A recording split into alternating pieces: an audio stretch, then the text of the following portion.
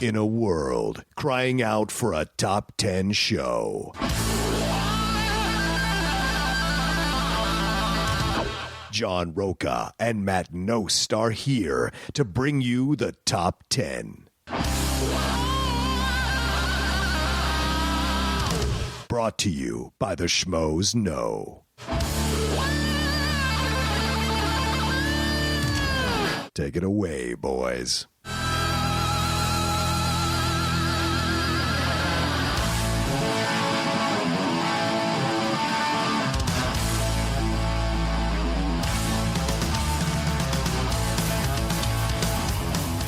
All right, welcome everybody to this week's edition of the Top 10 Show, coming to you live once again from my place this time. This is John Rocha. I am Matt Knost. Matt's stretching out on my couch right now. Yes. You were playing basketball earlier, you said. I play every Saturday for 2 hours. Wow. And we're doing a rare Saturday record. This yes, never we happens. It will. It doesn't. Doesn't? When was the last time we recorded on a Saturday? It's been a long time. I guess you're right. Yeah, because we've done it at your house on Saturdays. I remember there were a couple Saturdays that I've done it at your house, but maybe not for a while. Yeah. So, yeah, all That's right, got to be rare. Yeah, because you play basketball. Every Saturday. Saturday's basketball day. Yeah. Yeah. You're stretching out. Like, are you, like, how old? Well, I don't want to say how old you are now, but, like, is I'm it getting old enough harder? to where I should stretch after, too. Is it getting harder? The game itself Yeah. is only getting harder because I'm getting slower. Okay. So you're becoming that old man shooting from the outside? Yeah. I'm a spot-up shooter, pick and pop.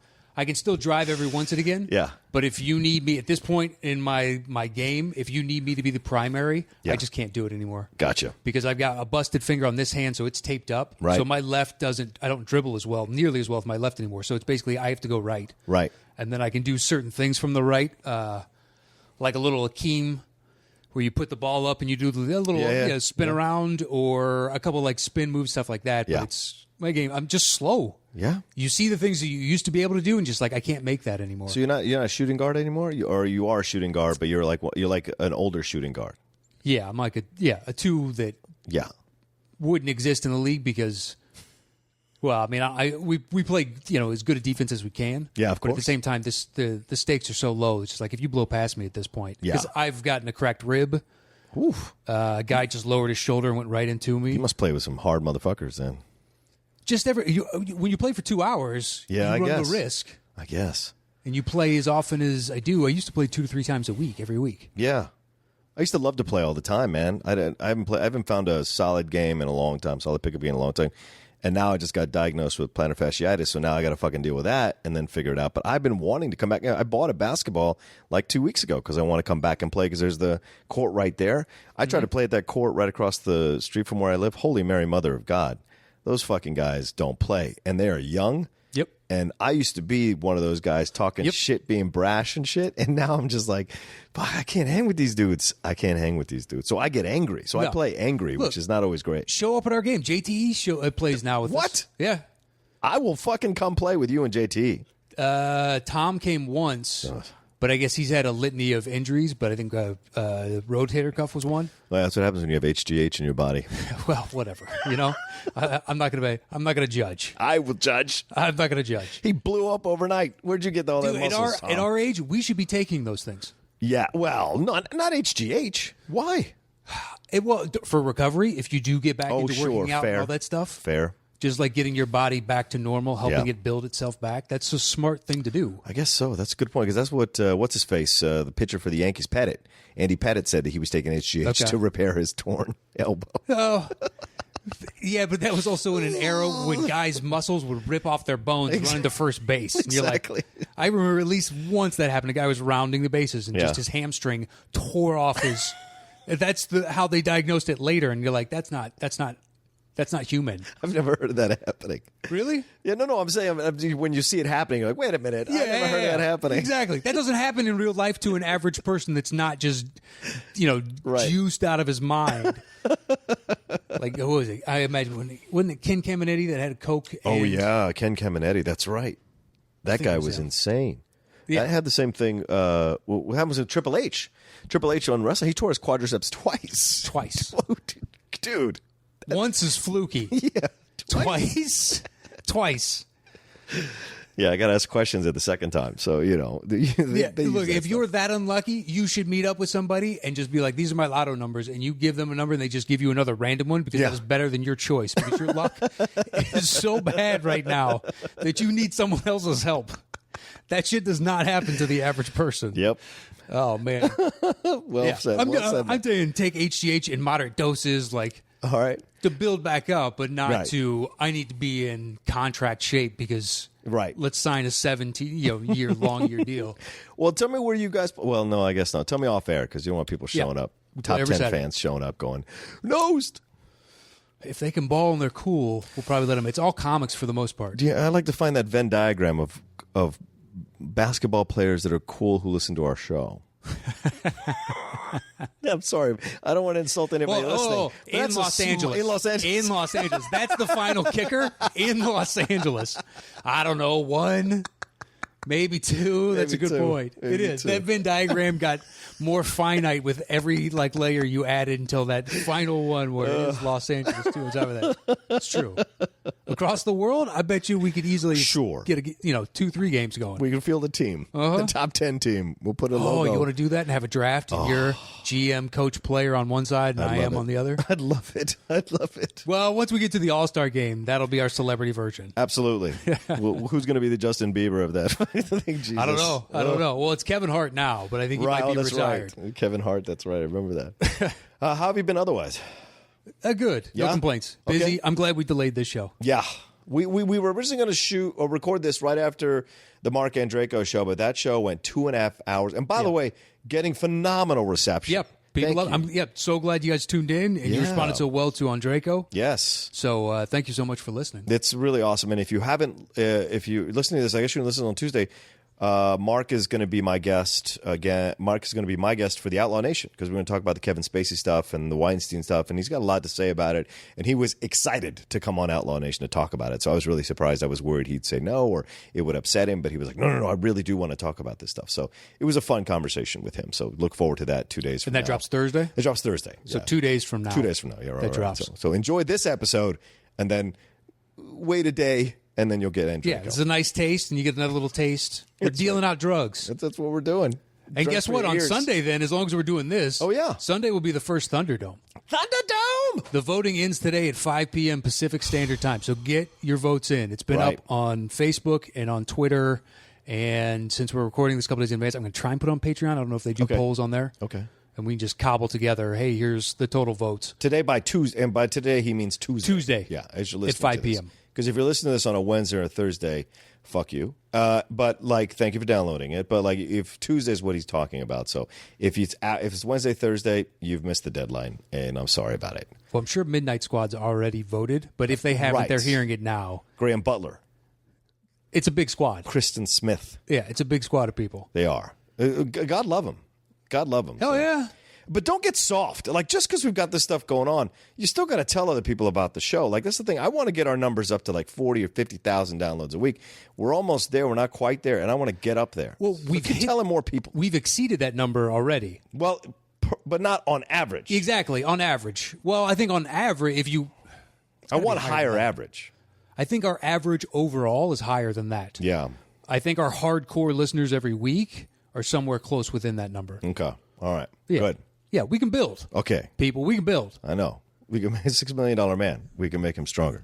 We can make the show stronger. I asked you if you'd seen Thor. You haven't seen Thor yet. I see you tomorrow. Okay. All right. I was going to ask for your thoughts, but I've already seen it twice. So, and I may go a third time before the weekend's over. No lie. So I would like to hear what you think. It's such a enjoyable movie.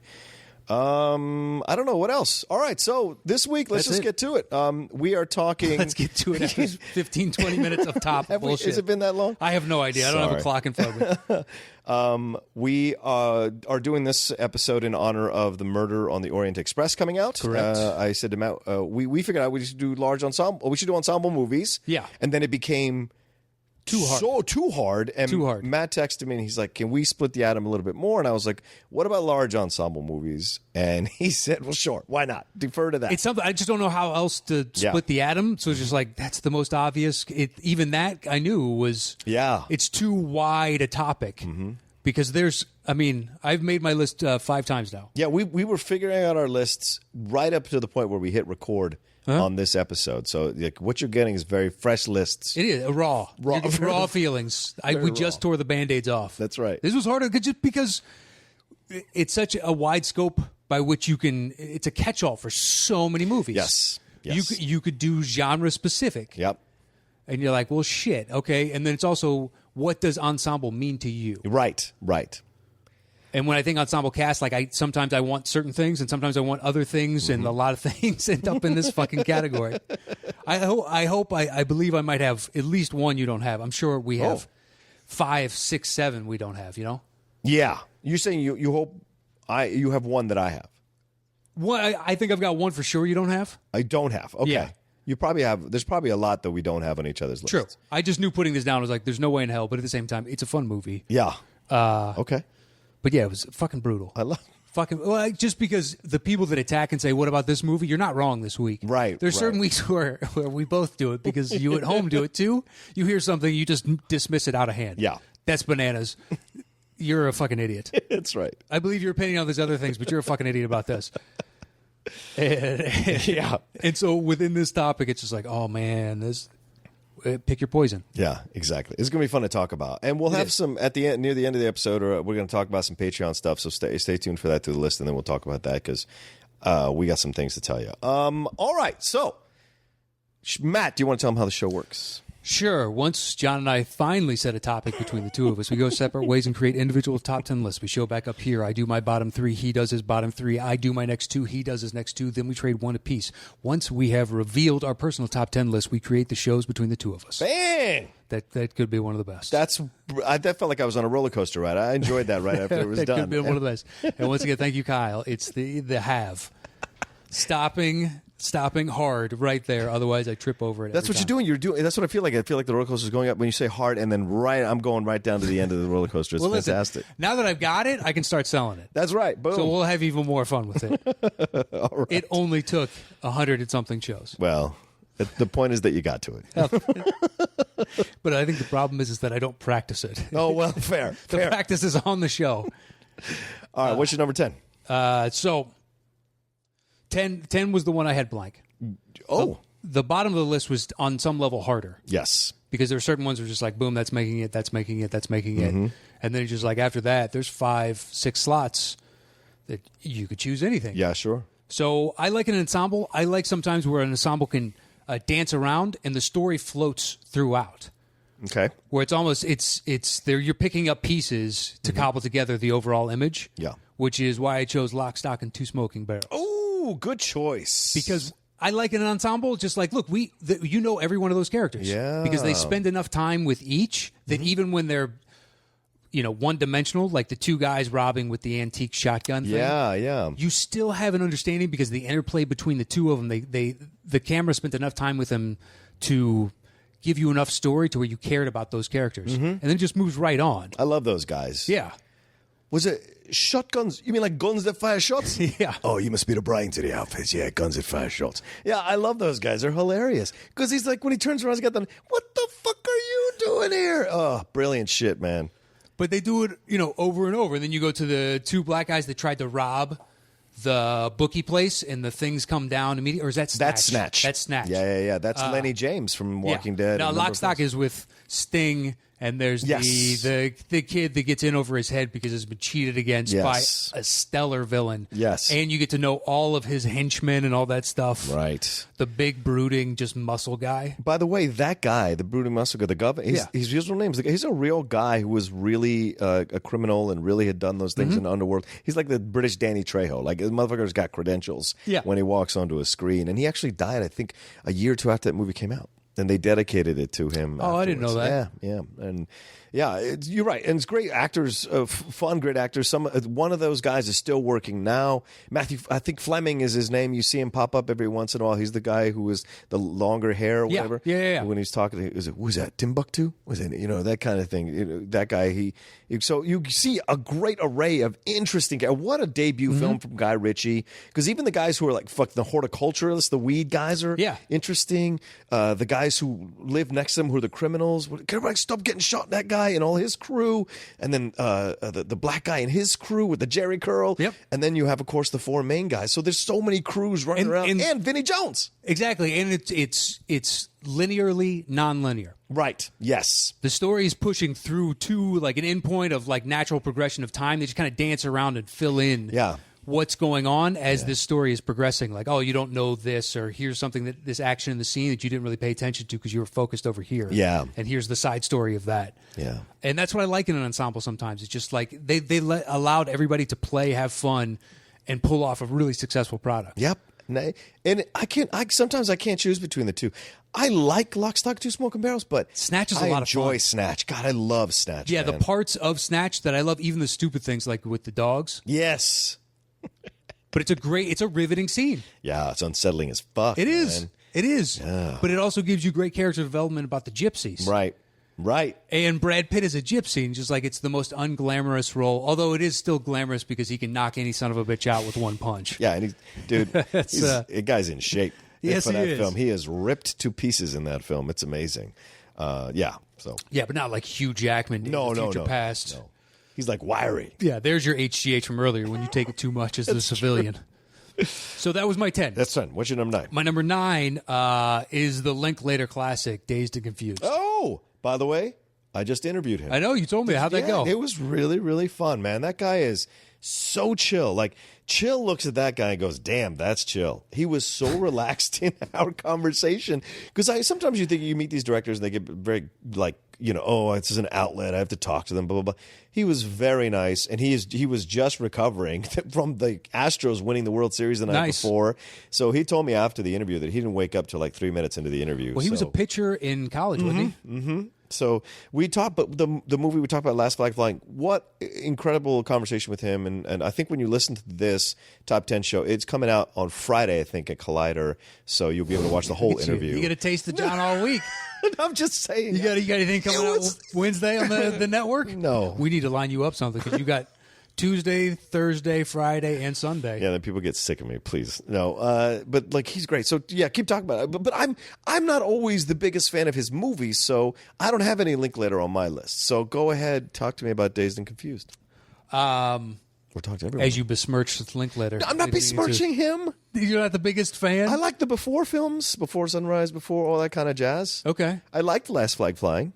Okay. All right. Dazed and Confused that's a white person film for me. So it's tough for me to connect to it. It's so distinctly a white experience that for me it's hard. Yeah, but I have no connection to it either because that didn't happen at my high school. No, but you probably knew people who went through that or could talk about it. No.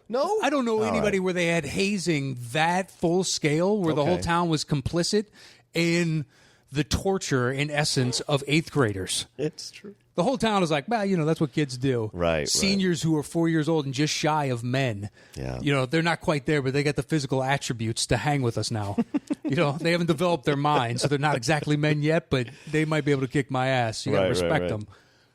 Or just beating the shit out of kids who haven't even started puberty yet. Or there's like 3 of them in the class. Yeah. Like the one kid in 8th grade that could grow facial hair like thick. There was one kid in my 8th grade. Yeah. Just like, what the fuck is this guy? Yeah, I had a guy like that. It was unsettling. Like, how many grades do they hold you back? Because that's a full beard, son. I don't know. You're like Greg Oden in this thing. Yeah, you got a mortgage. And I don't even know what that is. But in Dazed and Confused, I like it because that is a huge. There's so many people, so many different stories being told, and you feel like you understand all of them, and you're satisfied with the conclusion of all of them. All the little people that float in. I mean, McConaughey almost steals the movie. He almost does, and he's in 3 scenes, 4 scenes. Like it's not a lot. I mean, it's potentially more than that. I think there's one extended one, but it's mostly just hanging out. Yeah. And somebody else floats in, and he's just there, hanging out and chilling. Yeah. But they do that repeatedly over and over. Like Slater, the stoner guy, who's now working a lot now, lives in Black Mass. Yeah, Rory Cochrane. Yeah. Yeah. Like he's great. You got Ben Affleck is just a prick. Yeah.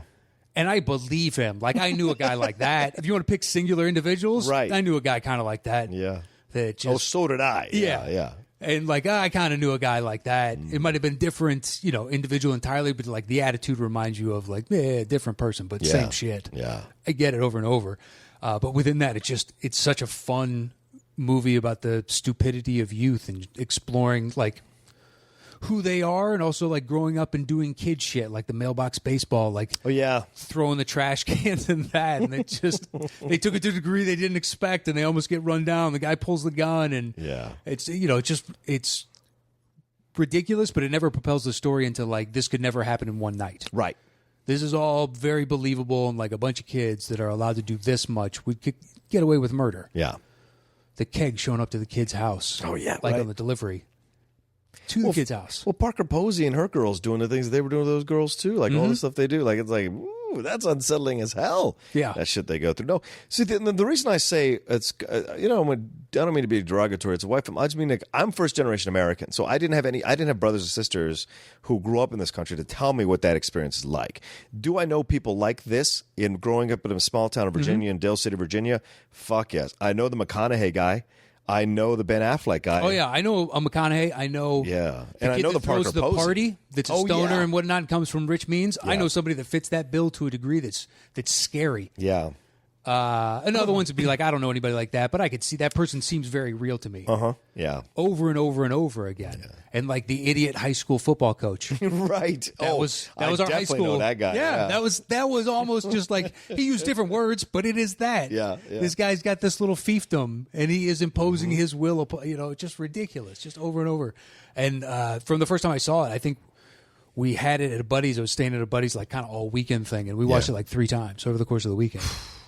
And it just from the first time, the first time we watched it earnestly, and then the second time we kind of had like on in the background as we were doing stuff. Yeah.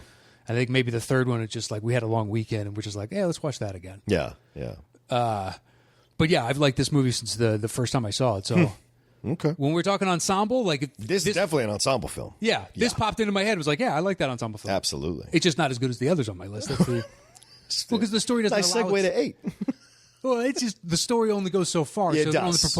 Only create so much emotion. It's like one night, isn't it? 1 or 2 nights. Yeah, it's one night. Yeah, one night. It's one night, and the night doesn't even finish. It starts in the afternoon and then completes at like 5 in the morning. Oh, right, yeah. So it's like 14 hours. Right. Okay. What's your number 8? Oh, here's where the list starts getting tough. Oh, okay. 8 is Saving Private Ryan. Okay. I know you're not a fan. It's not that I'm not a fan. Yeah, but the I'm dismissive just not as much way, of a fan. The dismissive way. This is between us. This isn't a conversation. Really? We're going to edit with this out? the masses. We're going to edit this out? No. I'm saying this is a conversation between us. Yes, true. Like, I understand your opinion. Yes, as do I understand yours. Yeah, and I already know contextually like why it's different, and I'm not judging you for that. That's fine. The movie does not resonate with you to the degree that it does with me. I want it to, and I'm sad that it doesn't. But I still enjoy watching it. And there's an incredible array of actors in this film that are enjoyable to watch. A huge cast that went on to do amazing things. Yeah. Vin Diesel is his best performance. His best on-camera performance. Yeah. Agreed. Where he has to like act through scenes and there's got to be an emotional kind of arc to the character. Yes. 100%. What happens to him in the movie, that was great and believable, man. I felt it. Barry Pepper, fantastic. Ribisi. Oh, man. Mommy. Oh, every time. Every time. Right. Just over and over and over. And it's just this, it is a true band of brothers. It really is. And like, we've talked about it before. Yeah. We've talked about it because I am a fan of this movie, so it does end up on quite a few of my lists. Please well, I'm just saying, the point I know we made in the past, but they may not have heard us talk about it. When the craziness of whether or not we're going to shoot this German. Yeah. That is the scene which just hooked me in, where it's Mike. And Mike is what cuts through all of it. Yeah. And you hear Tom Hanks' voice above everything. Everything's going crazy. And Mike, who's Sizemore, has a gun to shoot. Ed Burns' head. Oh, yeah. Directed at him. Yeah. And Ed Burns is, I'm sick of this shit. Like, why are we here? Why are we going after this one guy? Did we need to lose this? Of course this guy dies. He has to die. And just cutting through and just like, Mike, what's the pool on me up to? Yeah. And everybody, it all fades. And it just like, wow, that would cut through because everybody built it up to a degree that they've all talked about this. There's an understanding, and that is what makes them human again. That's what a good leader does. Yeah. Right? Finds that moment to diffuse the possibility of fracturing the entire team. He finds that moment, and if he has to be the one who's the focus to make sure the team comes together, then he'll do it, and he sacrificed himself for it. And they laid a great groundwork with it, too, by having it be mentioned at certain spots up until that moment. Yeah. You know, it was great. So, yeah. Well, in the stupid banter when Upham's trying to figure it out and be like, what's his name? I can never. What's that? Maybe need to rewatch this thing, maybe. All right. When Upham's trying to get it, and it's the guy that went on to play, like, he was in Dazed and Confused. He went on to play like Jewish Hammer or whatever. I can never remember his name. Oh, yes. Adam something? Goldberg. Yeah. When he's like, I got it all figured out. Yeah. But he's bullshitting, but at the same time, they've had this conversation by him saying it, and everybody's like, don't listen to him. He doesn't know what he's talking about. It's this. Right. They've had this conversation over, and it's pleased Tom Hanks to no end on some level, because he doesn't want to tell them. It's a great group of actors, man. Yeah. Yeah, you enjoy your time with them. And the best part is, it pays off. The reason he didn't want to tell them is because he didn't want them, like, he didn't want to bring back home with him. This is where he's at now. And later on when Matt Damon was like, what do you do? And he's like, it's an open secret. Yeah. I heard you were a school teacher. Yeah. It's like, this is what I didn't want to tell you. Fuck, I knew. Yes, you were the asshole prick kid that I had to deal with, of course. Blah, blah, blah. Just like, I don't want to bring that life back into this. Right. I need to keep these things, separate. But it just, overall, it's a fantastic movie and an ensemble where as characters fade from the storyline, you feel it. Yeah. And some good actors slide in. Paul Giamatti. Ted Danson. Yeah, great stuff. They all slide in, and the way Jeremy Northam, I think that's the actor's name who plays Upham. The way or Jeremy Davies, sorry. The way he's dragged into this group of guys is by accident. Purely by accident. And so they need a translator. Right, they need a translator. And he's essentially the protagonist of the movie because you're seeing his experiencing these guys that already know each other so well. So he is your entryway into the movie, and it's fascinating to watch. Well, he's almost a pacifist until he can't anymore.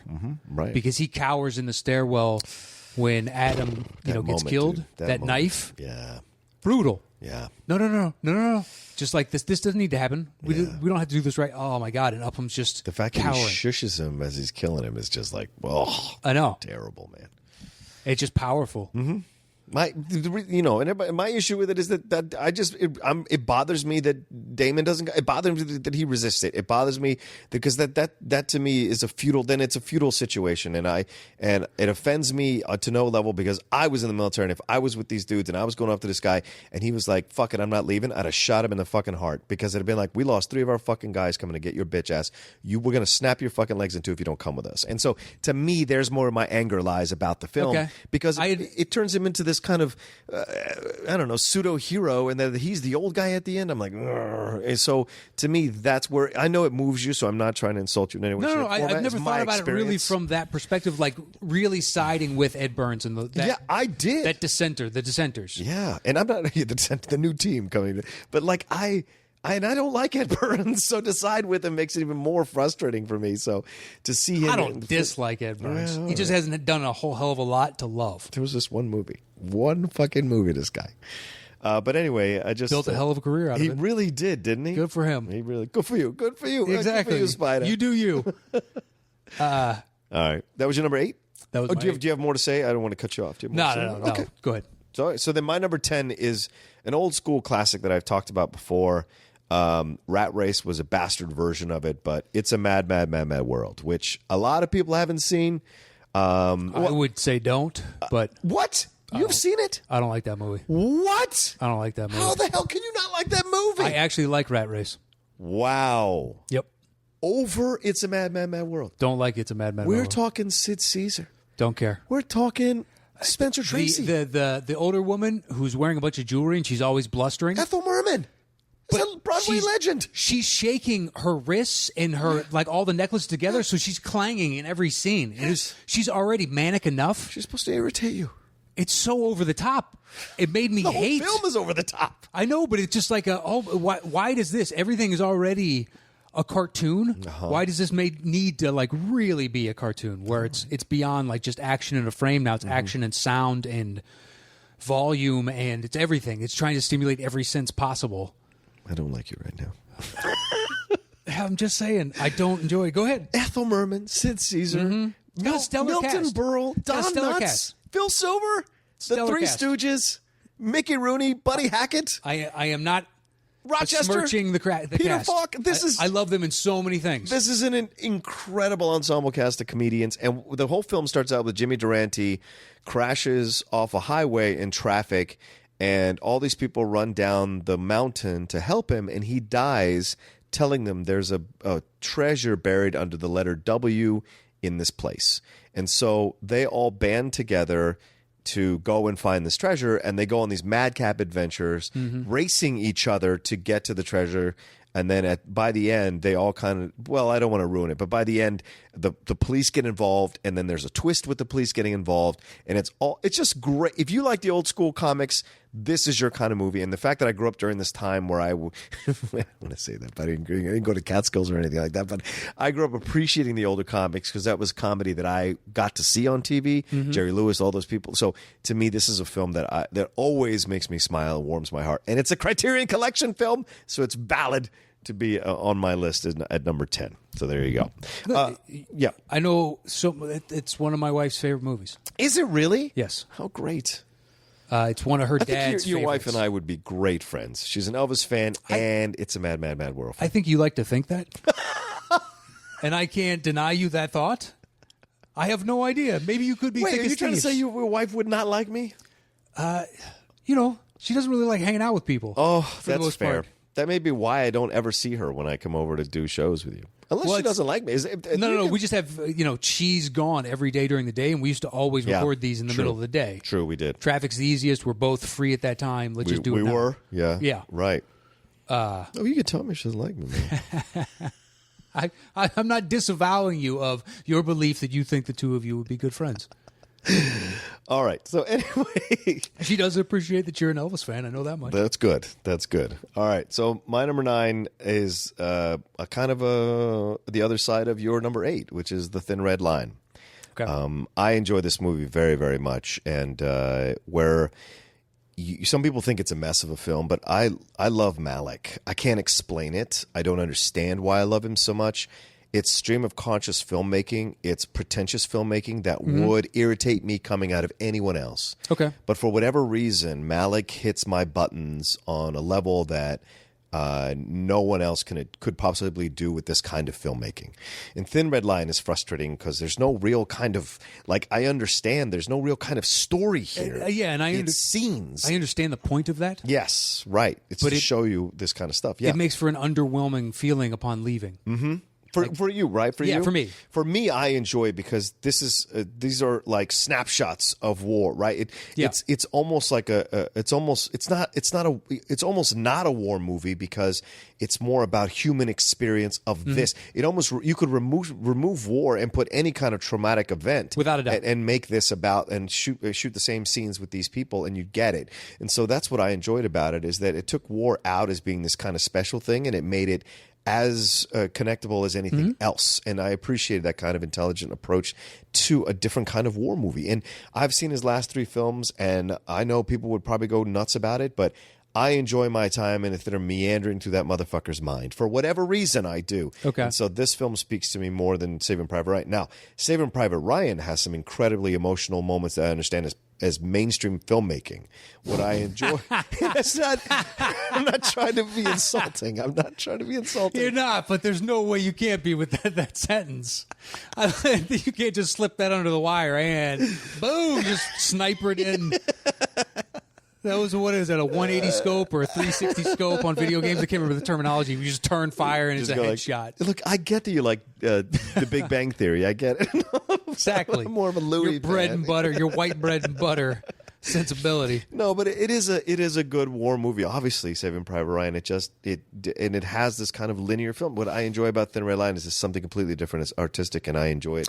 And I enjoy the cast. The cast with Jim Caviezel. So many people in this film. Nick Nolte. So many incredible people all throughout this film. Travolta have Sean Penn have little scenes all through this whole film. Oh, it's got stellar actors throughout. Even fantastic. the character actors. Yes. That are peppered in around that are asked to do just as much in every scene. Yeah. Because they dance around. Yeah, I appreciate the artistry of it. I just felt no connection upon that's fair completing it. And I was like, okay.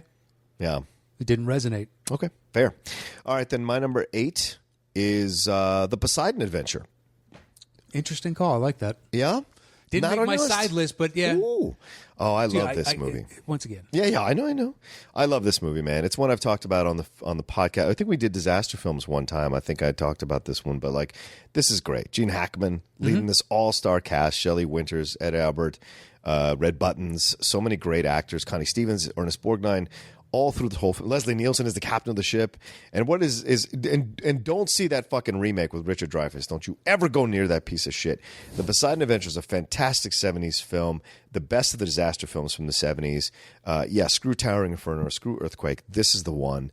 And they're on this cruise ship, and this huge rogue wave knocks the boat over or tips the huge ship over, and they all have to survive by climbing to the bottom of the ship. From the top of the ship, they have to climb to the bottom of the ship because it's capsized and it's flipped over. You're upside down. Capsized. So they figure out, and they fight amongst themselves, and then people die along the way as they try to figure this out. And Hackman is this preacher who's having a crisis of faith because of things that have happened, and so he's on this cruise ship just randomly, and he is having his own crisis of faith about it, and he is and he takes charge as he's bound to do, and then has to confront his own crisis of faith in there. And Ernest Borgnine, he's a cop who's taken it. So it's just, all this stuff is really incredible. It's actually a really well done film, and it's an enjoyable, for a disaster movie, it's a really enjoyable time. Yeah, and so much fun.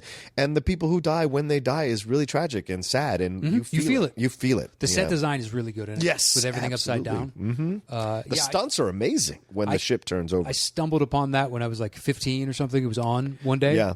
And I may have heard the title before, but I'd never seen it. And enjoyed the living shit out of it. Yeah. It's one of those rare 70s that upon first viewing and not knowing anything about it, and it's because you could dismiss it as like, it's just a disaster film. Right. You could, out of hand. But it is really engaging. And the action it still holds up because it's simple. You don't know which way is up. Right. Literally, yeah, because yeah. Just up and down, but you figured out you're upside down, but simultaneously, like, what other hatches are underwater? Yeah. Which way do we go? How do we expedite? Like, what's the quickest way to get, I guess, to that? And then is there a way out? Oh, maybe there is. Right. And who has to sacrifice for the group so the group can survive? Like, and sometimes unknowingly sacrifice so the group can survive. And then the randomness of who dies is incredible too. And the conflicts that arise as they go from level to level are believable. Yeah. Right? As human builds beings. Yeah. nicely. The desperation grows as the fear that they might die at any moment increases. So, yeah, I really enjoy the film. It's really well done. It's true. I hadn't thought about that. The believability of basically anybody but Gene expiring is very real. Yeah. Yeah, that's true. The terror was until you get to the final. And you're like, you know what? The random way in which... Because now sometimes you're like, boom, that person's probably first dead. Right. This person, because they're just not giving them much to do, or they're mostly in the background, and be like, you're toast. Yeah, that's what frustrated me about Poseidon, because it just was ridiculous. Kurt Russell and Emmy Ross. Dreyfuss's character is about to commit suicide off the ship. And because the ship gets turned over, all of a sudden he wants to live. Fuck off! I'm sorry, that's my feeling. There's a black and white line with you. Anyway, hey, we came to get you, motherfucker. Don't try to survive now. All right, what's your number 7? 7? Yeah. I put it here just for that. At 7, I got the Magnificent 7. What? That's my number 6. Is it? Boom! Let's talk about this thing. This was a last-second addition. Oh, nice. Because it came over another film that may be on your list, and I don't want to bring it up. Okay. Okay. But of the Westerns... Yeah. Basically it's the template by which we build a lot of different vehicles now, like your Fast and Furious. You need a Magnificent 7. You need another movie, before that. Right.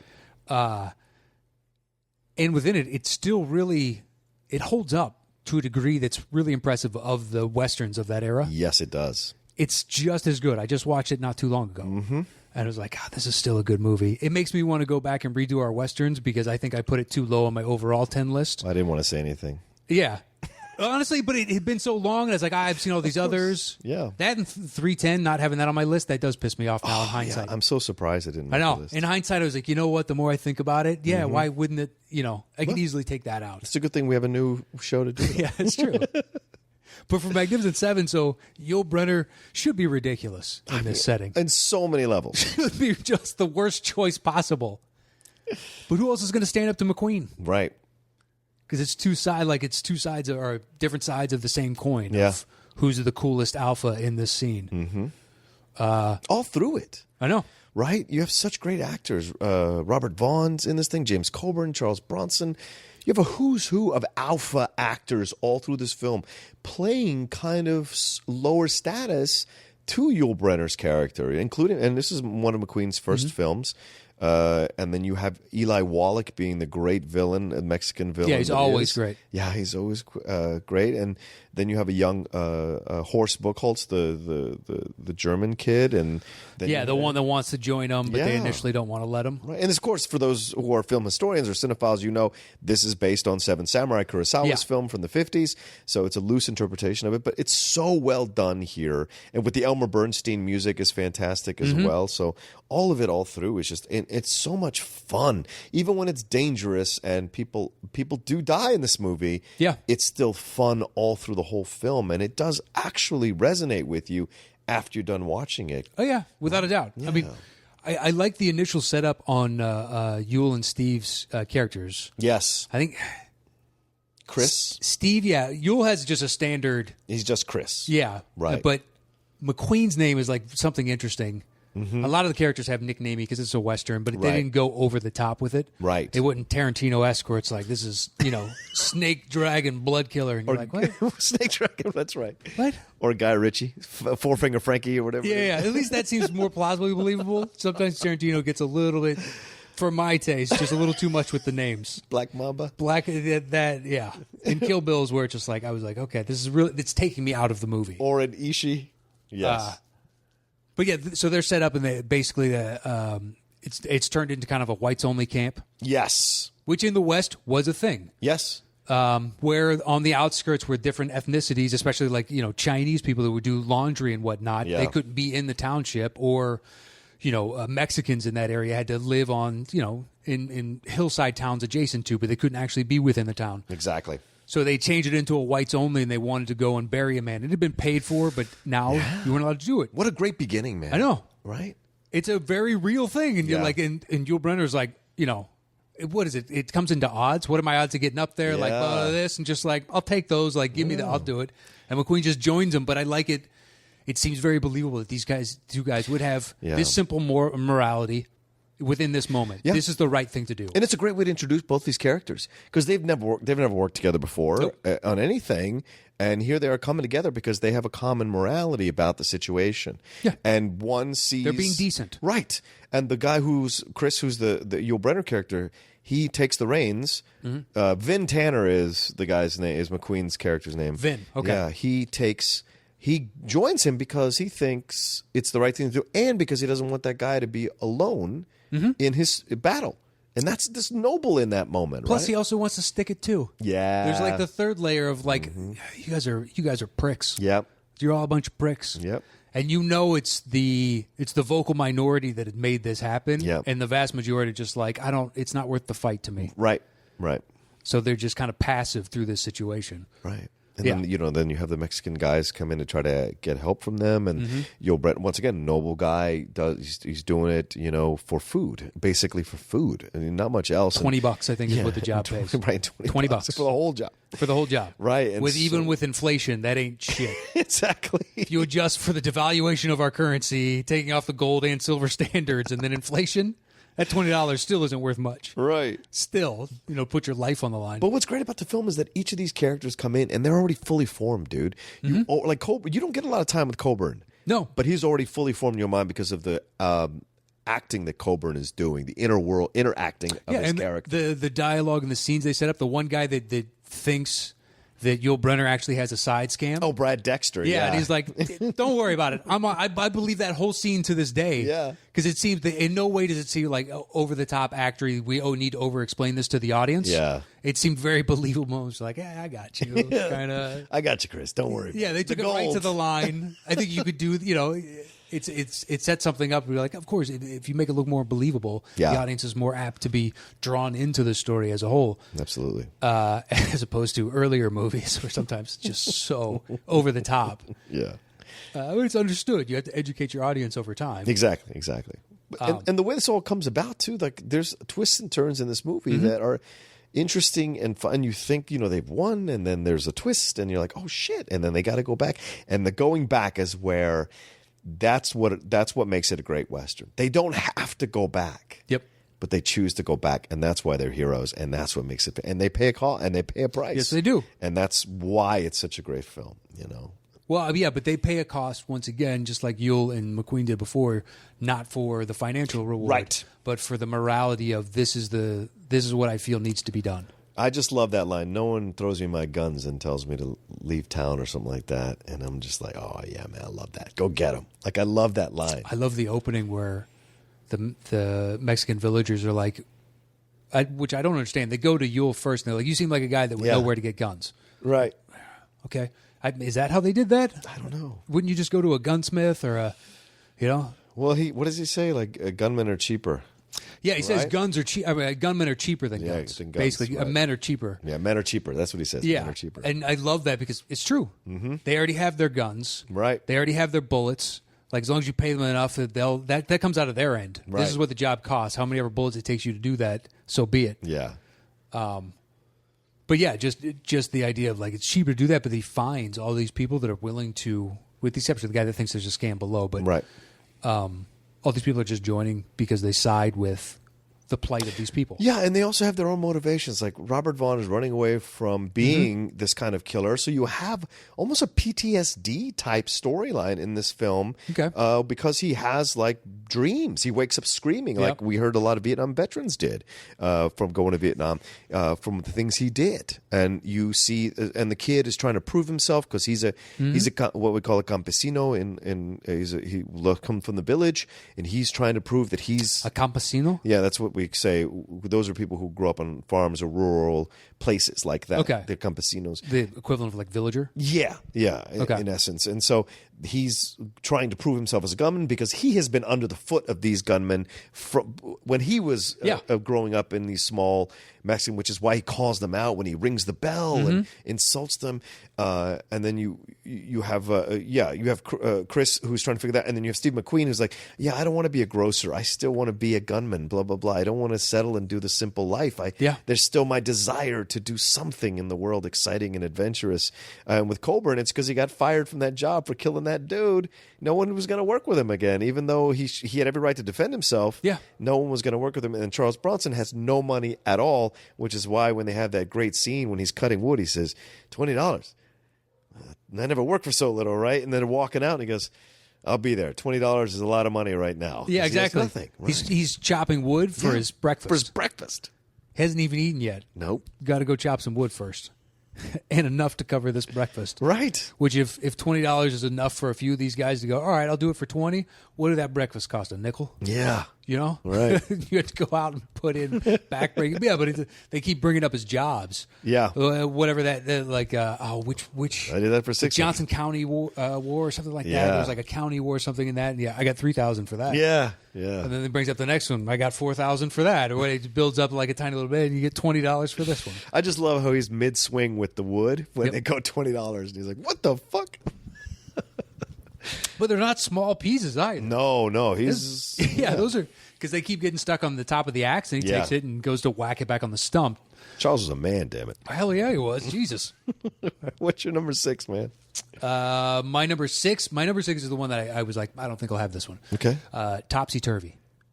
Fuck, that's a great choice, Matt. I love that movie. Fuck. That's an ensemble. Ladies and gentlemen, let me tell you something about Matt Knost. Every once in a while, he fucking surprises me with shit he's seen because it doesn't fit in the normal stuff that he does see. I see good movies. You do. I know you do. I know. But sometimes you don't see some other things that I, like I didn't think you would see. And then you see things like Damned United. Still, that's the number one thing that I'm so shocked that you saw. It's a good movie. And I'm like, okay, I'm into it. I love Sheen. Yeah. But Topsy Turvy. Topsy Turvy is... That's a fucking great film. I'm ashamed that it's not on my list. Dude, you want to talk... I struggled not putting it higher. Damn, that's a... Yeah. Because as soon as we're like ensemble and be like, well, Topsy Turvy is making my list. Wow. I just don't know where. Fuck, I'm ashamed to call myself a cinephile. That movie... I'm mad. Yeah. I couldn't believe it. I couldn't get my wife on board with it. Oh, really? No. She was like, "Nah, I'm out." And she loves her favorite movie. I think is Moulin Rouge. Wow. And I was like, "That's not Moulin Rouge, but there's songs throughout, and there's dancing and all that, and there's tons of great actors, Yes, telling amazing little small stories of just the ridiculousness and the pomposity of actors. Right. Some of those scenes are so beautifully done. Yeah.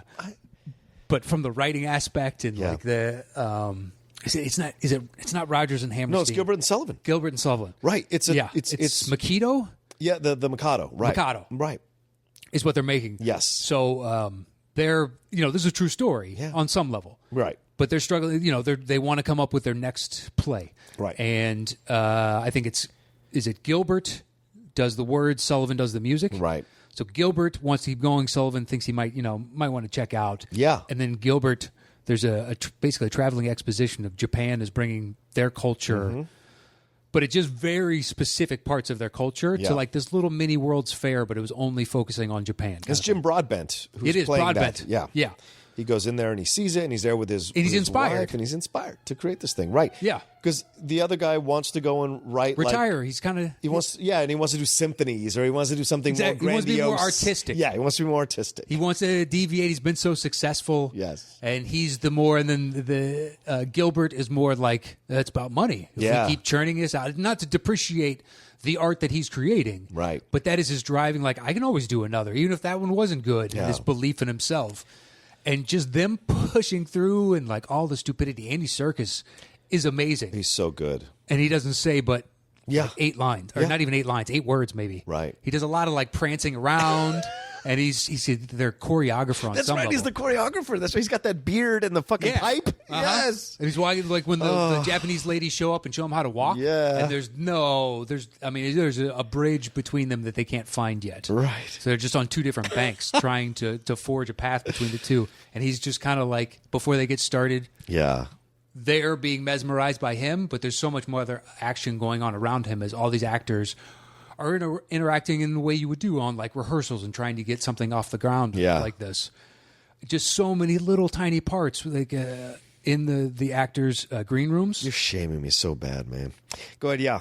In the green room, all that stuff. Kevin McKidd, all the stuff they're doing, like him getting measured for his outfit, and he's getting all grandiose, and he's wearing his girdle and all this kind of thing. And then they tell him he can't wear his girdle. He can't wear his girdle. How do you expect me to be able to project?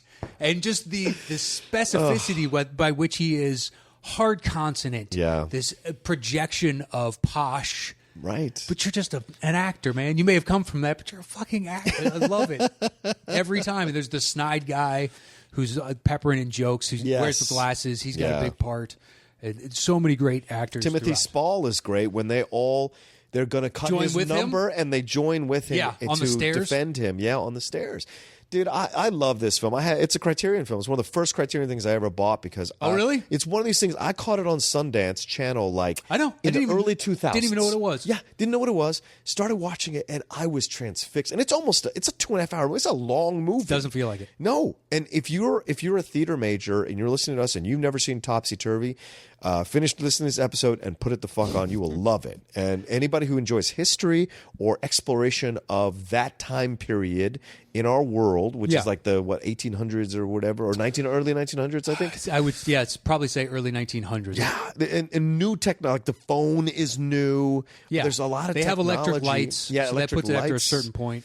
Right, and then you have remember the old guys fighting with him who's got the ear. Yeah, the ear horn. Yeah, the ear horn. Like all of that is there, and it's so well done, and it's such incredible use of actors and the Mikado, and also you're showcasing the struggle of one culture trying to understand the other culture and trying to force that other culture to fit into their culture, but having a director or creator who says no.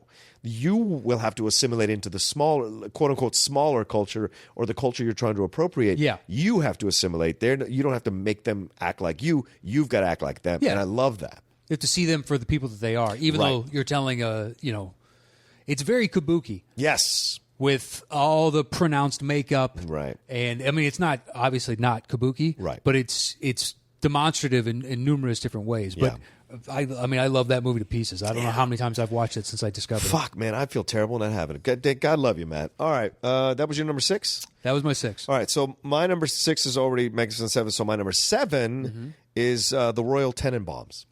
Okay, no. Did it? Did make my it's on my side list of potentials. Okay. I love this movie, man. I love Wes Anderson. The only ones I haven't loved from him are Darjeeling Limited and Bottle Rocket. I actually don't like Bottle Rocket, but every other film he's done, thoroughly fucking enjoyed. Okay, thoroughly. But Tenenbaum is the one I come back to all the time because I think it's his most the biggest scope he's ever had in any film he's ever done, in my opinion. Yeah, I think it's the first time he got truly eccentric. Yes, and I enjoyed the shit out of this with Owen Wilson and Luke Wilson and Gwyneth Paltrow and Stiller and Hackman and Angelica Houston, Danny Glover. Like, there's so many incredible actors all through it, and you see his stable of character actors, like the Indian guy, and like they're all through this thing. And so, and these are interesting. And Paltrow's actually like enjoyable in this film. And I don't always enjoy Paltrow, but I like her characterization. Sure. I like the storyline between her and Luke Wilson and the half brother, half sister, or like adopted thing.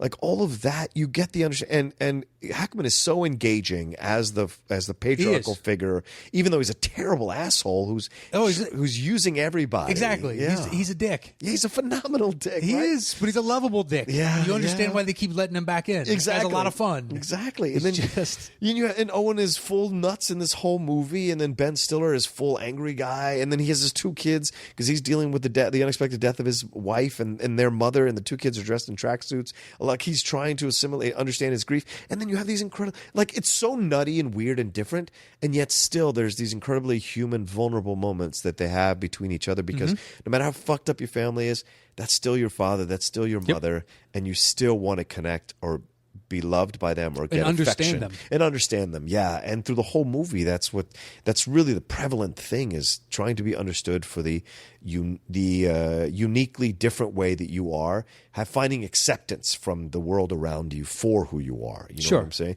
Because Luke Wilson is battling through the whole thing of being a failed tennis pro who broke down because he's in love with his adopted sister, who he doesn't understand if it's wrong or not. Yeah. And she's in love with him, and she can't admit it, so she keeps hiding away in these terrible relationships with loveless relationships. Yeah, terrible. And all the stuff. And then Angelica has the stuff that she's trying to move on past. Move past him, but he won't let her because he keeps like showing up and all this. And Danny Glover is even fantastic in what he does, and so all of it is just incredibly fun and enjoyable film. And it's got a heart to it that you don't necessarily see coming, and when it does, it really knocks you on your ass. So I just love that film for that reason. All right, what's your number 5? My number 5 is 12 Angry Men. Oh, great choice. On my side list. On your side list? Why is it on your side list? Here's the thing. For those who have never seen it, which I imagine it's quite a few people listening to this right now, if you go back and watch it, for me, with the exception of like a couple nitpicky things, it's an excellent movie that really holds up. I fucked up. I should have put that somewhere on my list in the bottom 5. All right, go ahead. I directed that play, goddammit. I love this film. It's the film, like with the exception of like when the old man managed to recall the dimples from the glasses. Yeah, and then everybody was like, "Yeah, I did." That's where I was like, "Okay." Yeah.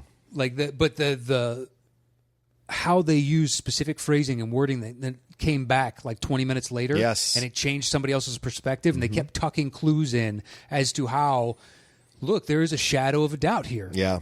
Yeah. And we're going to send a man to die. And it's such a small story, but you understand all these people in the room. You understand where they're at, why they're making the choices. The one guy just flops because he wants to get the hell out of there. Yeah. And then another dude is like, you can't just do that, even though it's now changed to his side. Like, you can't just be that flippant about somebody's life. Yeah. But of course there's going to be somebody flippant about it. It's such an interesting, because it was originally a play written by Reginald Rose, and then I think Sidney Lumet.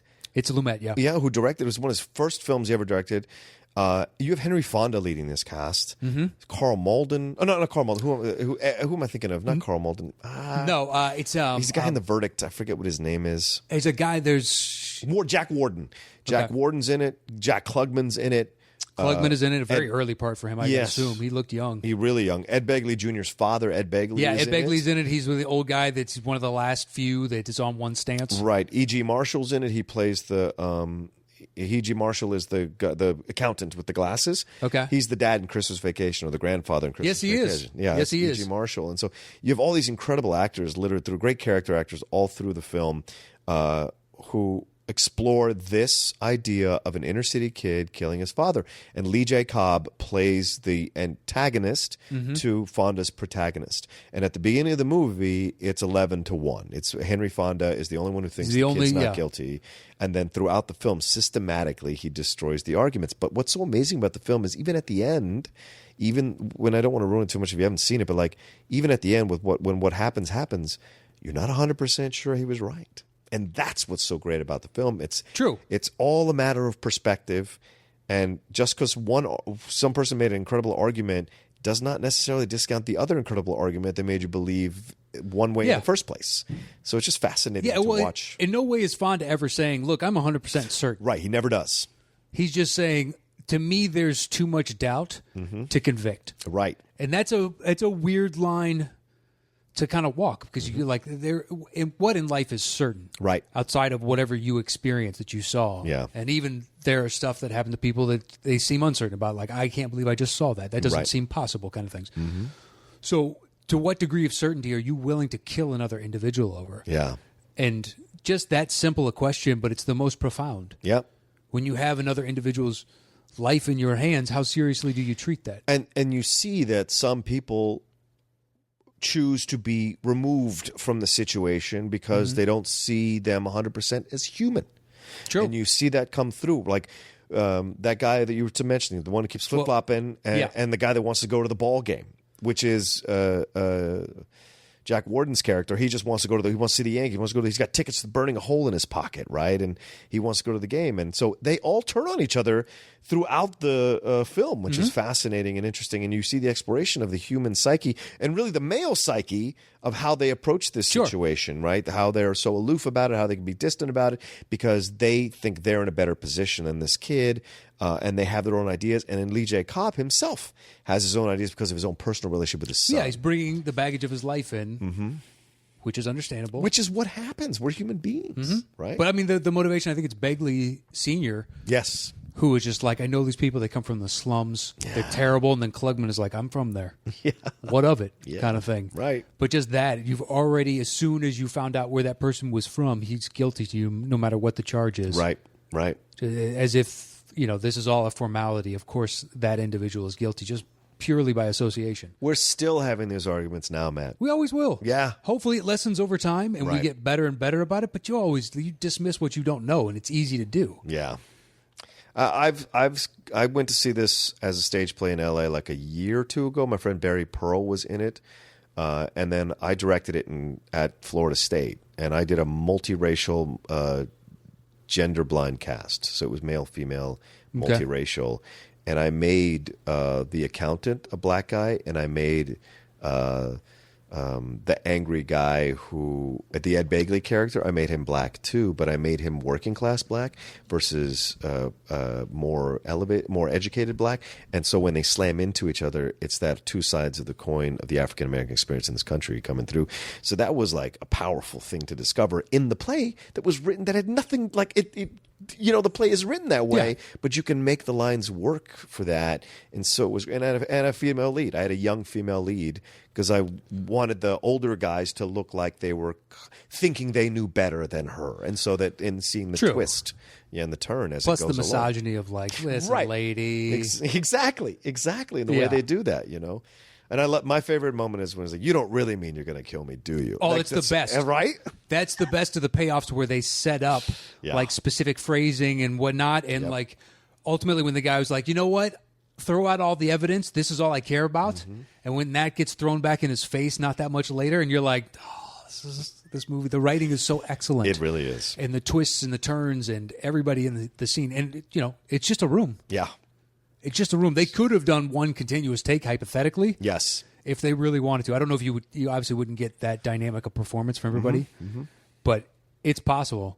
An excellent movie. I directed it in the round because I wanted it to be like the bombs so that people understood. But yeah, it's an incredible film. All right, so that was your number 5? That it was. Okay. So what do we get to now? Your 5? Oh, my 5. Oh, it's been a while. I'm sorry. It's been a week. Okay. I'm getting old, goddamn. Ocean's 11. That's my number 5. Okay. Not even on your list, is it? It's on my side list. Oh, you son of a bitch. We should have narrowed this. I know, but this is ensemble cast. This is a big ensemble. It's huge. 11. Ocean 11/13. To me, I always put them together because they're basically the same movie. But just a great group of people. Really enjoyable film. Took a terrible original film from the 60s with the Rat Pack stuff. Was a terrible film and made it exciting and fun and vibrant. George Clooney is never more smooth and cool than he is in this film.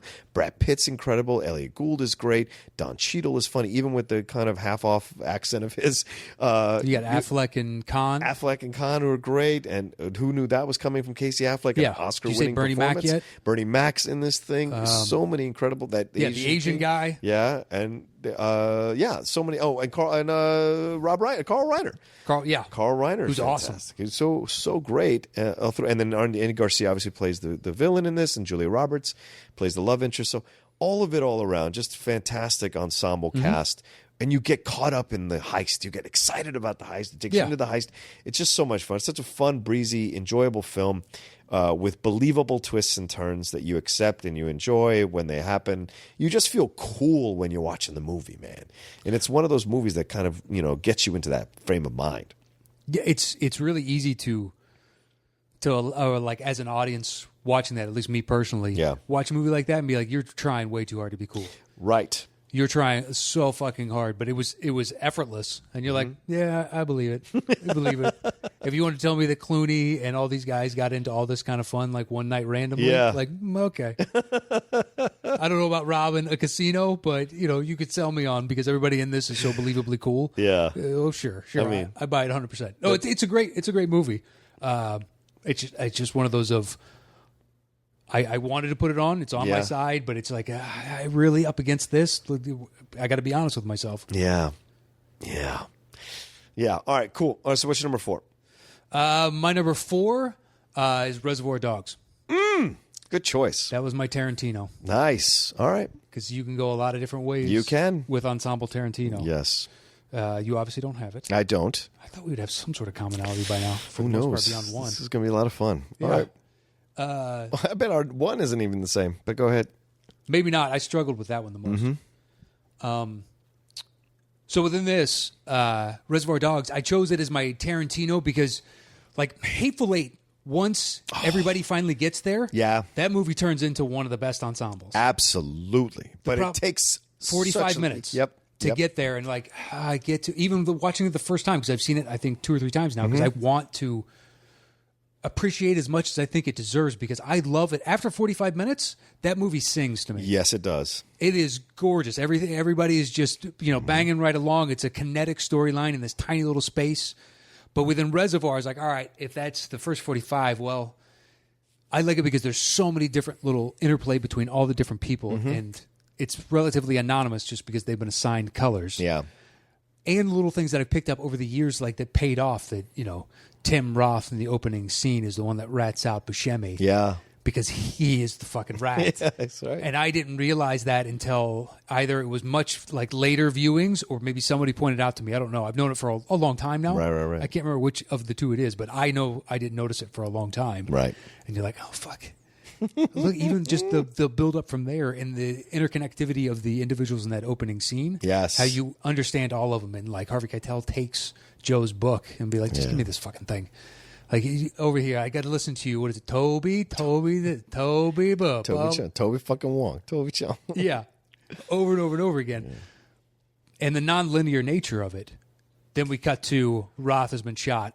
Keitel's trying to talk him off the ledge. Right. And then it just one after another, and we cut, and we jump to this, and we come back to that, and then we move sideways, and now we're going forward. Yeah. And it just all over the place, and yet somehow you seamlessly understand what is a very disjointed, it should be a disjointed movie, but it just does it so fucking well. Yeah, man. It's so great, and it's right at the beginning of this indie film movement.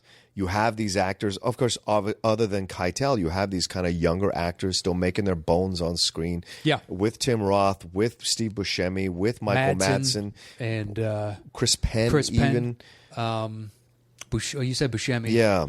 Who else is it? Well, Tarantino's in there. Eddie Bunker's the older guy that they bring in, and of course Tiernan. Lawrence Tierney. Who plays Tierney, rather. Who plays the father of Chris Penn, right? Mm-hmm. And all that.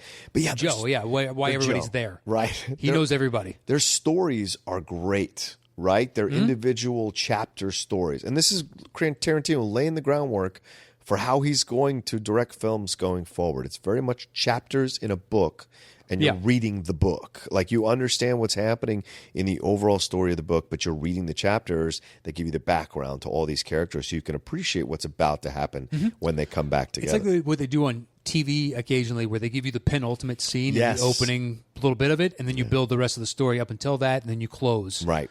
With, okay, and here's what happens after what you've been waiting, is coming. Right. I mean, the stuff with Michael Matz and Chris Penn, they're horsing around. They're like wrestling on the ground. Guys like this. Yeah. You fucking know dudes like this. But then this how how they psychotic communicate. Madsen is. Oh, dude. Yeah. It's so cold. It really is. He's so removed from... Not even a hesitation. No. Which is unsettling as hell.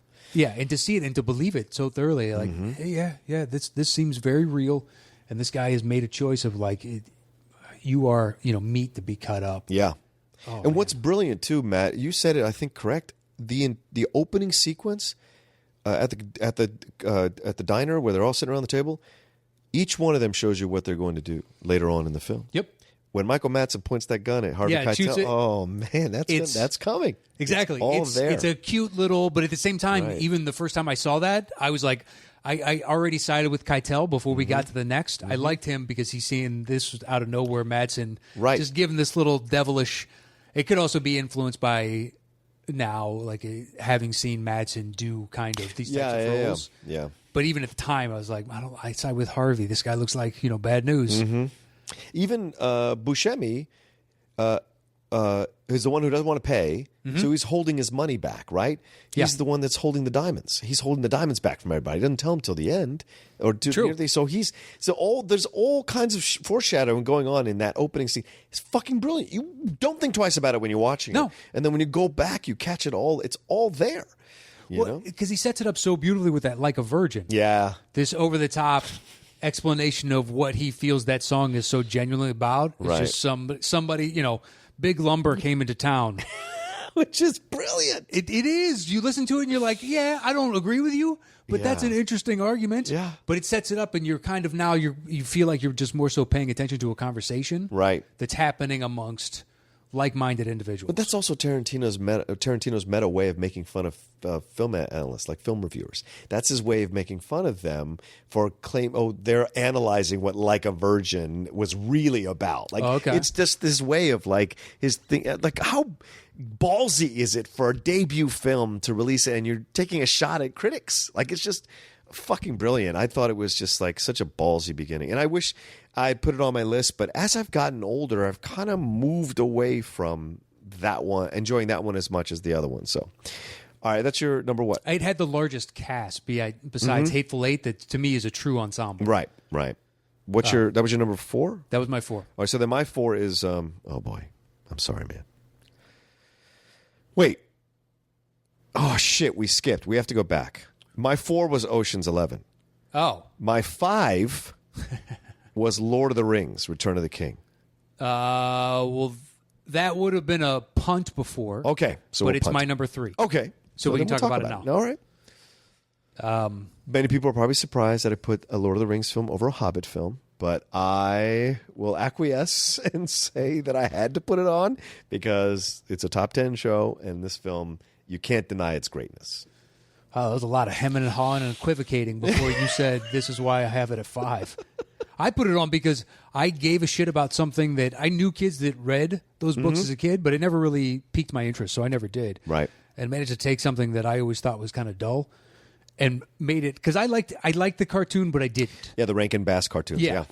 I love the animation. Yeah. And I don't know, I kind of connected to it, but kind of didn't, even as a kid. Those songs. There was a lot of, little points here and there, and be like, I don't understand this decision, even as a kid. I wouldn't. This isn't the movie I would have made, even though I don't even know what this is. So I didn't have that much of a connection, and I mean, I am choosing Fellowship because that's when they're all together. Okay, fair. So to set up all those characters, and there's a lot of them. There's what, 9? Yeah. That's 9 people that you have to feel some sort of connection to. So by the end of the movie, when what happens, you have to understand why certain choices are made and you think that are foolish, like splitting up the group but doing it specifically for various reasons. Yeah. And you understand the motivations and you have a connection to them. And like Pete Jackson and Weta and the writers and all the actors, they pulled together a very complete world. Yeah. From the first moment, which is tough to do. Like they had to literally make so much of this and do it in advance, like Hobbiton. Yeah. Which was the right answer, by the way. Yeah. What are you going to do? God damn it. What are you going to do? So for me to go into it going, yeah, this looks fun from the trailer, to then walking out going, I can't wait.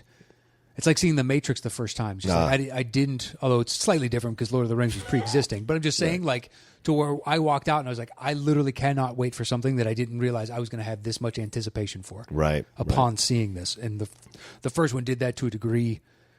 Because the weird thing is, I think maybe my favorite is the second one. Really? Two Towers? Yeah. Okay. I just like it because we already know the characters, and then Return of the King is so long. I love it, but it's really long, whereas this is just basically we're building up to the Battle of Helm's Deep, and it's an interesting story, and I like it. Yeah. I understand it's the bridge episode between what everybody really cares about. Yeah. But I just, they had to flesh out the characters, and I like that they made the choices they did. Anyway, so Fellowship, just blown away. Loved it. I had to put Return of the King. That to me is my preferred one, and yes, I agree with you. Those endings are just annoying. I wish they'd not do 6 black frames at the end of that movie. It frustrates the shit out of me. Sure. But I love that we get more with Gollum. I love that we have all this history from the first 2 films to kind of lay into Gollum. I love this idea of finally we have the culmination of them climbing the mountain, what that's all about. We get Miranda Otto really staking her claim as a warrior out on the battlefield. We get these massive elephants. Like the whole scope of the film is just so much more larger for me. It appeals to me more. I find some of Fellowship boring, so I don't because it's an origin story. It's going to have some boring moments. It is. So I'm not criticizing. It's just for me, I find it boring. But in Return of the King, I'm constantly moving from one place to the next, one place to the next, one place to the next, and I'm so involved in everything that's happening. Sure. But you make a great point about the second one because you get Treebeard, you get the stuff with Saruman, you get all this kind of shit that's going down with the hobbits being separated out. All it that. Seems a more real world. Yeah. As opposed to, you don't know it as well in the first one, and in the third one, it just becomes so big. Right. And they have to put in so many different things. Mm-hmm. Like Gandalf comes back and all that kind of shit. And then like when they actually go to the Eye of Sauron, the thing that comes out and talks to him, and like they go to all these crazy different places. And Helm's Deep, I just like it because like it's start to finish, like fleshed out, and it feels like a lived-in world as opposed to it goes back to mystical almost. And it's a hell of a battle sequence, man. At Helm's Deep. It is. It's great. God. It's just fantastic. Yeah. All right, so that was my number 5. Your number 3. So then we do my number 3. Or do you want to skip to your 2 and then we'll come back to your 3? I don't know. You're playing loosey goosey on the show. No, I'm sorry. It was just I don't care. My 3 is Boogie Nights. Oh, you motherfucker. Okay, it's my 2. Okay, let's talk about it. There's only one that beat this for me. Oh God, who knows if we both got it? Yeah. Oh, we'll see. All right, because I think I'm fudging on number 1. Okay. So this was my number 1. Because I was going to ask you at the start of the show, hey, do you want to include this? Because otherwise, I made another list on top of my 5 lists for the main. I made one of a just break in case of emergency. Okay, great. That was so sincere. I appreciate that. But Boogie Nights, oh my God, I love this movie. I don't know why I like this movie as much as I do, because I don't have any reverence for the porn industry at all. I had zero. And then when they try to put Sasha Grey and they try to foist these porn stars on me to make me accept them for what they are, I don't. And I'm sorry. Maybe that makes me a caveman. I just don't enjoy the porn industry at all. Like, do I jack off to porn? Sure, who doesn't? But I don't enjoy it. I don't fucking enjoy reveling in it. And that's why I don't watch The Deuce. I'm like, fuck that. I tried an episode. I was like, I don't give a shit about these people. I don't care. But Boogie Nights, man, fantastic stuff. Because it's in essence a hero story. Like, it's an origin story for this guy who has a superpower. There's a large penis. And he goes into this whole world to become a star. He wants to be a star. It's essentially that. It's like a guy who has a talent, or anybody, guy, woman, whatever. They have a special talent as an actor, and they want the world to see it, and they hope they can be famous doing it, but they don't know, and they're not that intelligent, so they're not prepared for what happens. Yeah. And they fall, and then they rise back up, but a better like having learned the lessons. So the whole film itself, and it's littered with incredible characters, great actors, fantastic Phenomenal. script Across the board. Yeah, very interesting stuff. And what's interesting about it is, because of the line of work that they all kind of meet each other in, you fully believe that they're all flawed. Yes. Because they all grow as individuals and become ostensibly better people by the end of the film. Mm-hmm. And not everybody gets to do that, but for the most part, they do take time and effort to make all these characters grow and try and leave in the past the bad decisions they made and all the drug abuse and whatnot that they were beating themselves up with ultimately because of the shame that they had for wrongs in their past. You have to eventually, forgive yourself for those things. Otherwise, it'll just kill you. Right. Reach up inside. Yeah. So you have this understanding of these individuals that you never thought you would. Yeah. And peppered in motivations that you understand all the way around. Mm-hmm. But the stupidity of certain characters in no way feels like, John C. Reilly, you could make him over the top just like, this guy is a clown. And that's all he's here to do. But he's not. No. He's just kind of a simple guy who's actually genuinely probably has a good heart. And he just wants to be a friend. Yeah. He just wants a friend. Yeah. He wants to, because most people that go into the porn, well, at least at that time, you hear the stories now from people who, when you watch the documentaries about them, they were all pretty fucking lost people who were coming from abusive households and, they didn't feel like they had any kind of power. And so here's an industry where they could possibly receive some kind of notoriety or success or acceptance. Well, they're being rewarded. Yeah, they're being rewarded, right? Exactly. Whatever that is. Yeah. I mean, and all they have to do is have sex all the time. So it's like those whole things. So you see that, like Philip Seymour Hoffman's character was so tragic, so fucking sad. Just when he shows up and he's got the same but shittier leather jacket and the same but shittier car. It's not a Corvette, it's a Fiero or whatever it is. Yeah. And so stupid. Right. Oh my! Your heart breaks. Yeah. Your heart breaks. Yeah. And it goes on for an uncomfortable but appropriate amount of time. Right. It's just great work by Paul Thomas to create this kind of world. Paul Thomas Anderson to create this world the way he does, man. It's just and Julianne Moore and the struggle she's having as a mom, because that's the thing, and that's what's so interesting. They make me care about these people who are enduring real life issues. And they got into this business not knowing that the business was going to necessarily corrupt their real worlds, their lives outside of it, because that's why she's being seen as an unfit mother, because she's a porn star. Mm-hmm. And then you see a roller girl who just, she's just one of these people that's a free spirit and she enjoys sex. She enjoys sex. There's no prudishness about it. There's no judgment to it. She just enjoys it, which is why she does, and she's good at it. And here's when they go later on in the film and they pick her up and it's a high school guy and it reminds her practically curb stomps him. Yeah, basically, because she has this pain from those people that made fun of her and shamed her. Well, and specifically hurt her. that guy. Wasn't he the one that did the blowjob motion when they were taking whatever standardized test it was, whether it's SAT or something? And the fact that he would think that he'd be above her and this kind of thing, and it triggers it, right? She just loses it. So it's so many, and the Don Cheadle stuff with his, he's so sad, so sad in that Egyptian outfit. Sad. What music artist was he trying to rip off? Like as soon as I saw George Clinton, wasn't it? It was either Clinton or it was in that era of late 70s. Yeah. Kind of arena rock-ish. Maybe Earth, Wind and Fire. Maybe. Yeah. Or maybe it was a Black something Mombasa. I don't know. Africa Mumbata, you mean? Okay, maybe. Yeah, okay. Or, I don't know. But it was either way, it was Stevie that African Wonder-ish. thing. Oh, maybe it was a kind of a pseudo Stevie Wonder thing. Yeah, but it wasn't. Sure. It was like Stevie Wonder meets Rick James meets... Sure.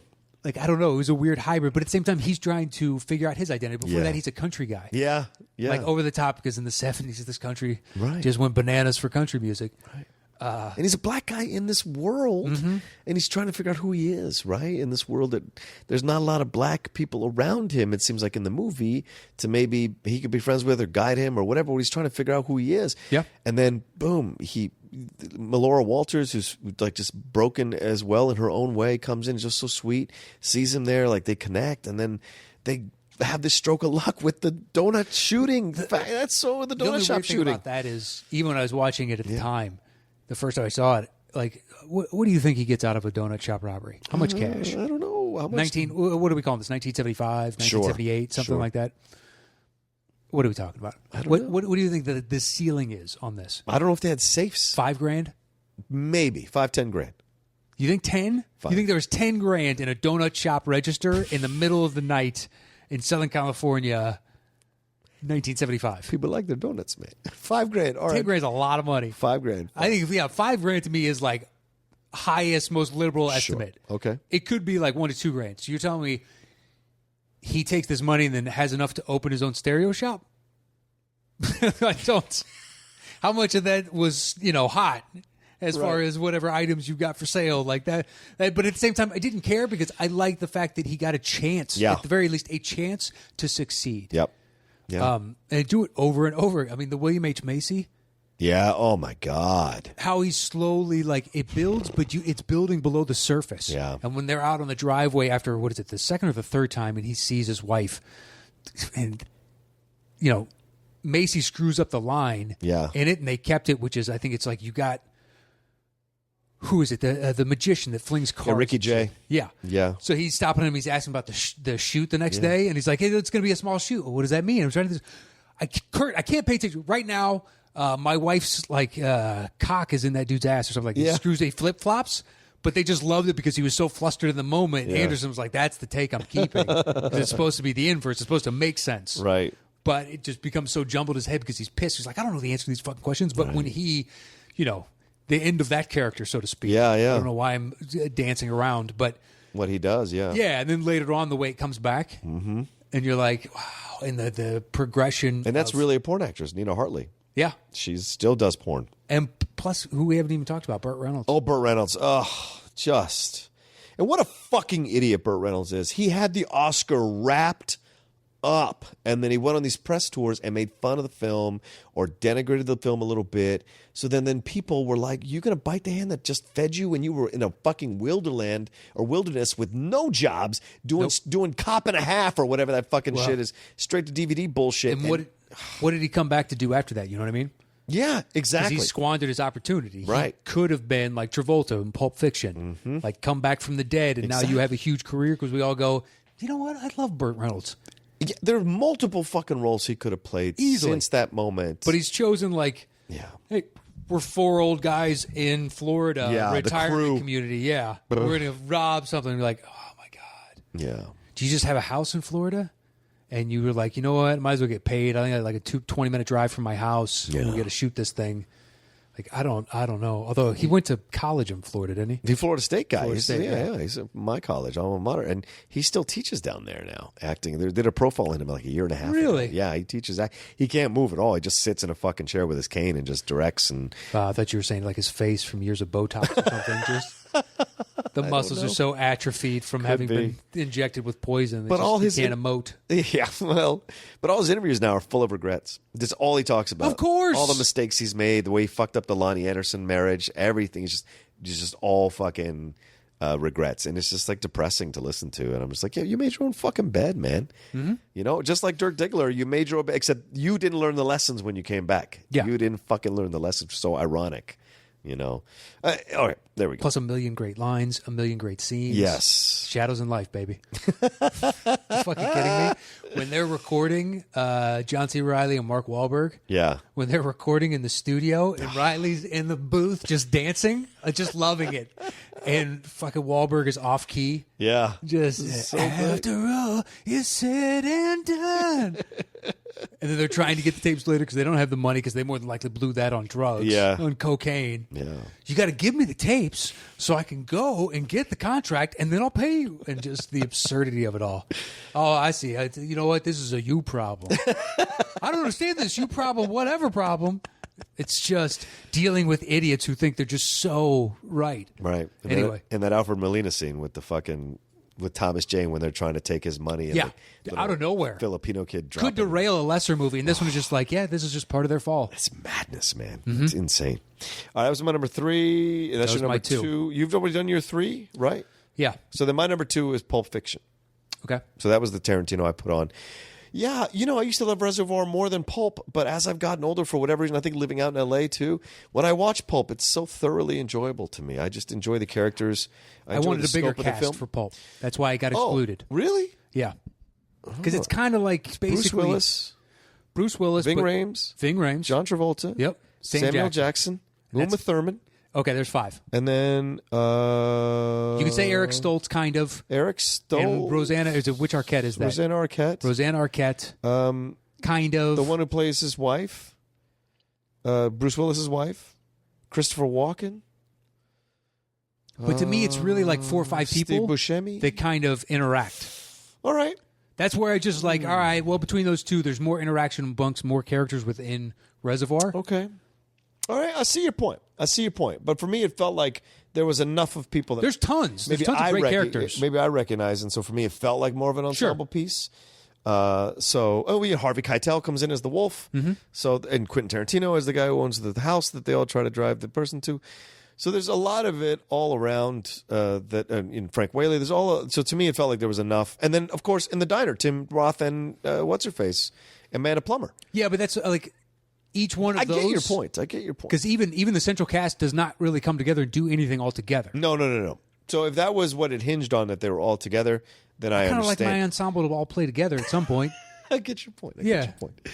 To me, it just felt like I had a looser version of it because ensemble mean like multiple characters doing things in the movie. So for me, it's just an enjoyable film. And we did it on the Cinephiles with Sasha Pearl Raver. This is her favorite film, and she fucking loved it. And she was great on the show. But like, it made me reappreciate the movie. And I watched it after that recording, and I was like, oh fuck, there's so much here that I didn't get, or I didn't. Even the multiple times I've seen it, I didn't quite appreciate or understand. So it's kind of been rising in my esteem in that way. So I enjoy all the performances, everything that happens in the film. Stuff with Bruce Willis is still my favorite storyline. That's my favorite storyline in the movie. The only thing is his girlfriend. Yeah, you don't like her. Drives me nuts. Right. Drives me nuts.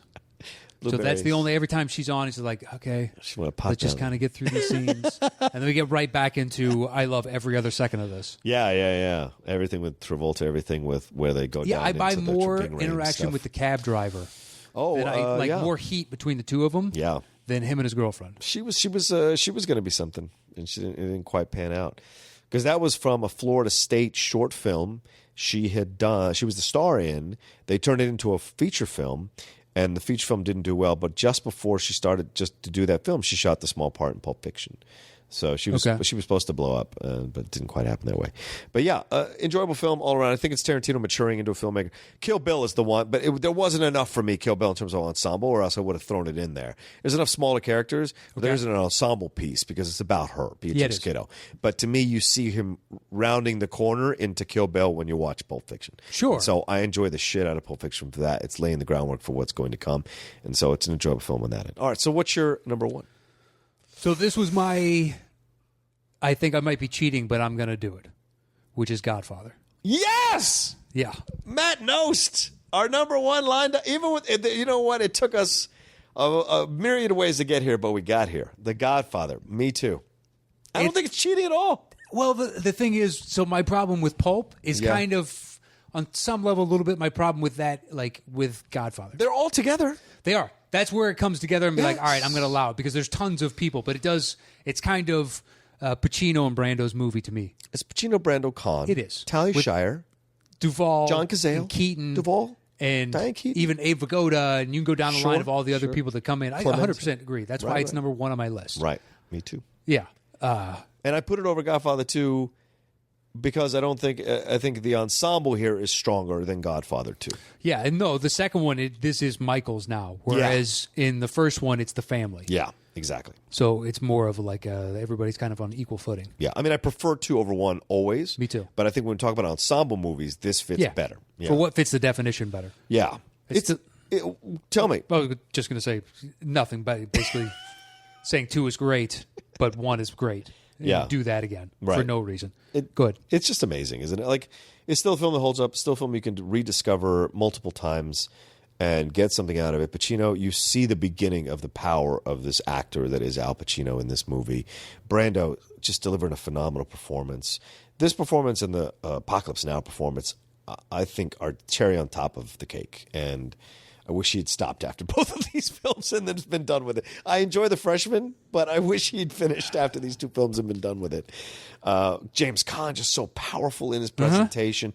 Robert Duvall and the subtlety, the scenes between him and Brando after Caan's been killed, and he's just like, I hear my wife crying, I hear the cars coming in and out all times of the night. Why don't you tell me what everyone else is afraid to tell me? And it's just so, it's not big, it's not grandiose in the telling. It's powerful and subtle and sad and heartbreaking, and he has to console him, and Brando only allows himself one moment of pain when he's talking to the coroner after they bring the body down of his firstborn son. Yeah, and he looks at him and he just says, "Look what they did to my boy." Oh, just phenomenal acting, man, in that whole fucking sequence. And the stuff with Duvall is the stuff. I'm sorry, with Keaton, the stuff with Diane Keaton, what she's trying to do, trying to figure things out with him, with Michael, and then Talia Shire and everything that happens with her. Like all of this just rolling through. And then you throw in Abe Vigoda, you throw in the guy playing Clemenza. Yeah, exactly. All those small little characters coming in and out. The senator that comes. Right. The senator or congressman? Is it senator? Yeah. I think so. But it's also like at the end of it, it's a cautionary tale in that your life is predicated upon sadness. Yeah. Because the infliction of your will causes sorrow, nothing but sorrow, no matter what it is. So that should get visited back upon you tenfold. He's a tragic character. They all are. Yeah. They're all doomed ultimately. Sure, but Vito somehow finds a way to rise above, to be the noble one, even though he is a mafia guy. But at the same time, your virtuousness within this world means nothing. Yeah, that's a good point. You're the tallest midget. Just like, unfortunately, you chose a life where I don't get to look at you with any kind of, a great perspective. Ultimately, at the end of the day, you may be the best of the worst, but that's still, you're part of the worst. You're still running a criminal enterprise. Yeah, you're still occasionally killing people, and you're robbing individuals, and you're harassing and kidnapping and doing all kinds of, terrible things over and over and over again. Yeah. You're figuring out new scams, new ways to make money. This is the thing. If I ever, and I probably will never, but if I ever got a chance to sit down and talk to Coppola, this is what I would ask him. Why did you portray Vito the way you portrayed him in two films? Which is this noble guy who fights for the little guy, who's willing to take the chances to protect his family, do the things he needs to do. He won't allow them sell drugs. But you turn Michael into this monster. Like, what were you working out here? What are you trying to figure out? What are you trying to say? Because Michael arguably becomes more successful. But without a doubt. Right? But it's his drive, his unrelenting drive for power that manifests itself in such an incredibly ruthless way. And ruthless in the way that, like, he was already this ruthless. He just needed to focus it in one direction. Oh, yeah, without a doubt. And once it was focused, nothing else mattered. I mean, the way he treats Tom after he's starting to take control of the family, you're out. It's just so simple. It's like, I'm your fucking brother. You know what I'm saying? Even though I'm not by blood, I am your brother by... And he just dismisses him out of hand. Fredo. Yeah, what he does to Fredo. Exactly. Same thing, man. You understand why Fredo made the choice he did, but at the same time, you're like, you know what, Fredo, there's a reason Michael took over. Right, exactly. And you shouldn't have, and just enjoy the ride. Yeah. Like, basically, as long as you're less annoying than Talia Shire, nobody's going to pay you any mind, and you can do whatever you want in this life.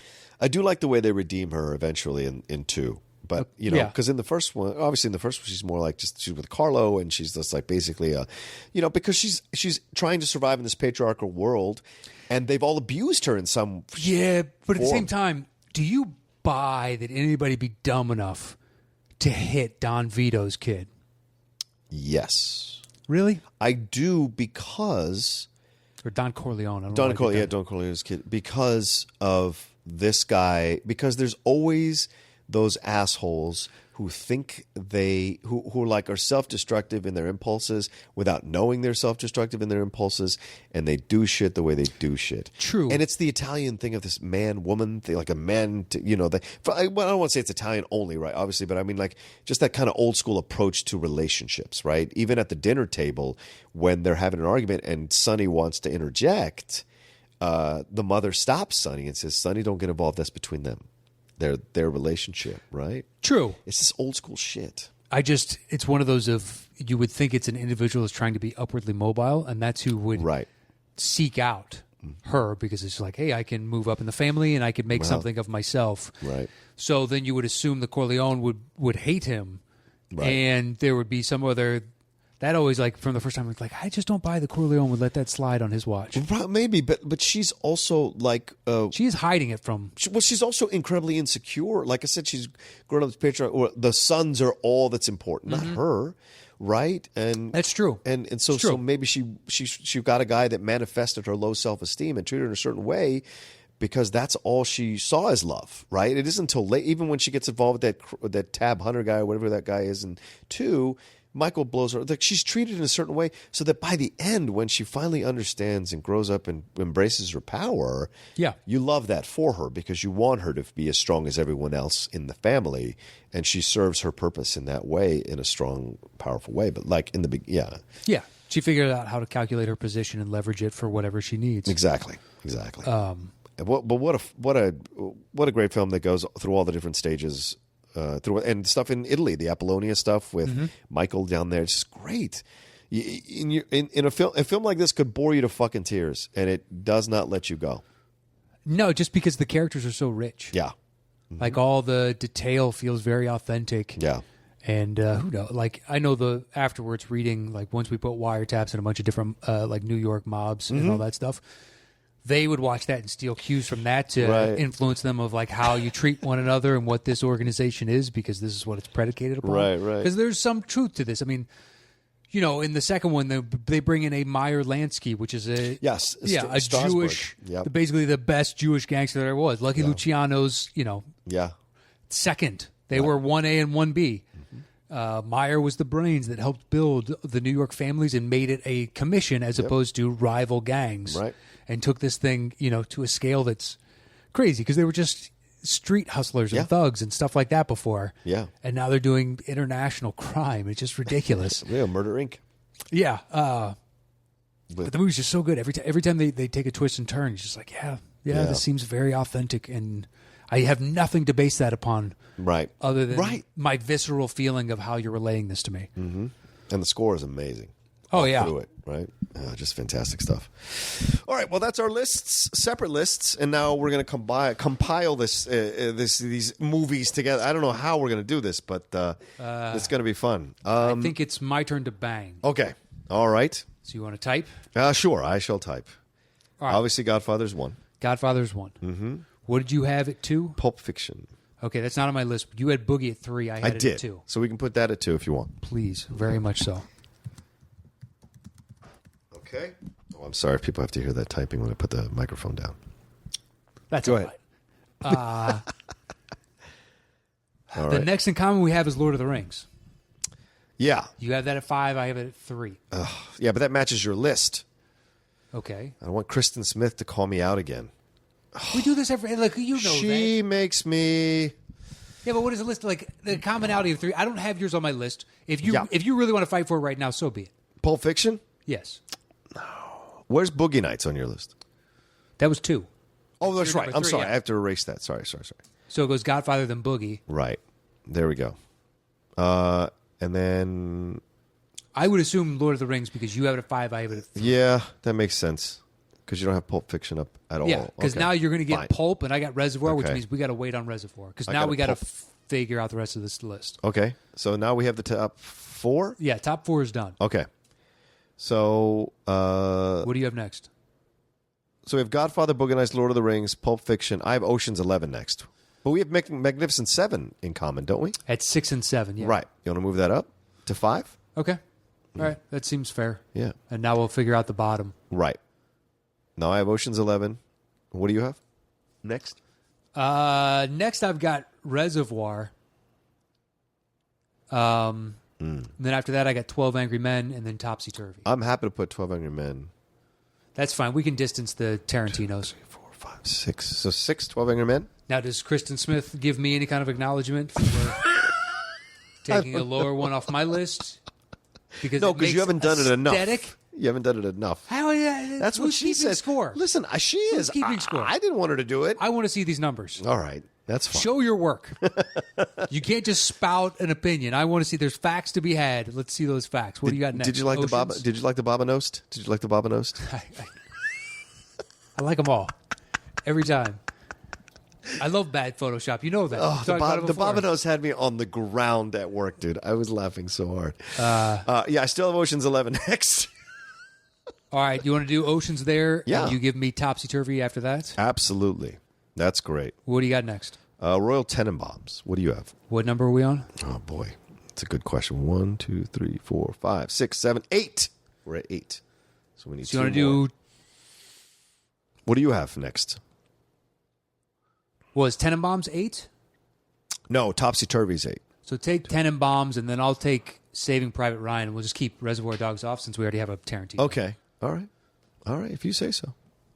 See that, Kristen Smith? I think that's worth 3 points. I don't know how she's scoring this. I don't know either. It has a 300% value over whatever a normal one would be. So when you're tallying up those points, just make sure you put that in there correctly. You know what we should do? We should get Frankie Numbers to go through all our lists and see who the percentage is. That would be great. That's an undertaking right there. All right, who's banging? You're banging? I am banging. Okay, I sat back in the couch like I'm not banging. I'm just chilling back It's here. all right. I don't have a list in front of me or anything. We're tired, man. It's all right. All right. This is my second recording of the day. I went to a sausage fest earlier with Wendy Lee. That was some good stuff. All right. The top 10 ensemble movies. Yeah. At number 10. Saving Private Ryan. At number 9. The Royal Tenenbaums. At number 8 is... Topsy Turvy.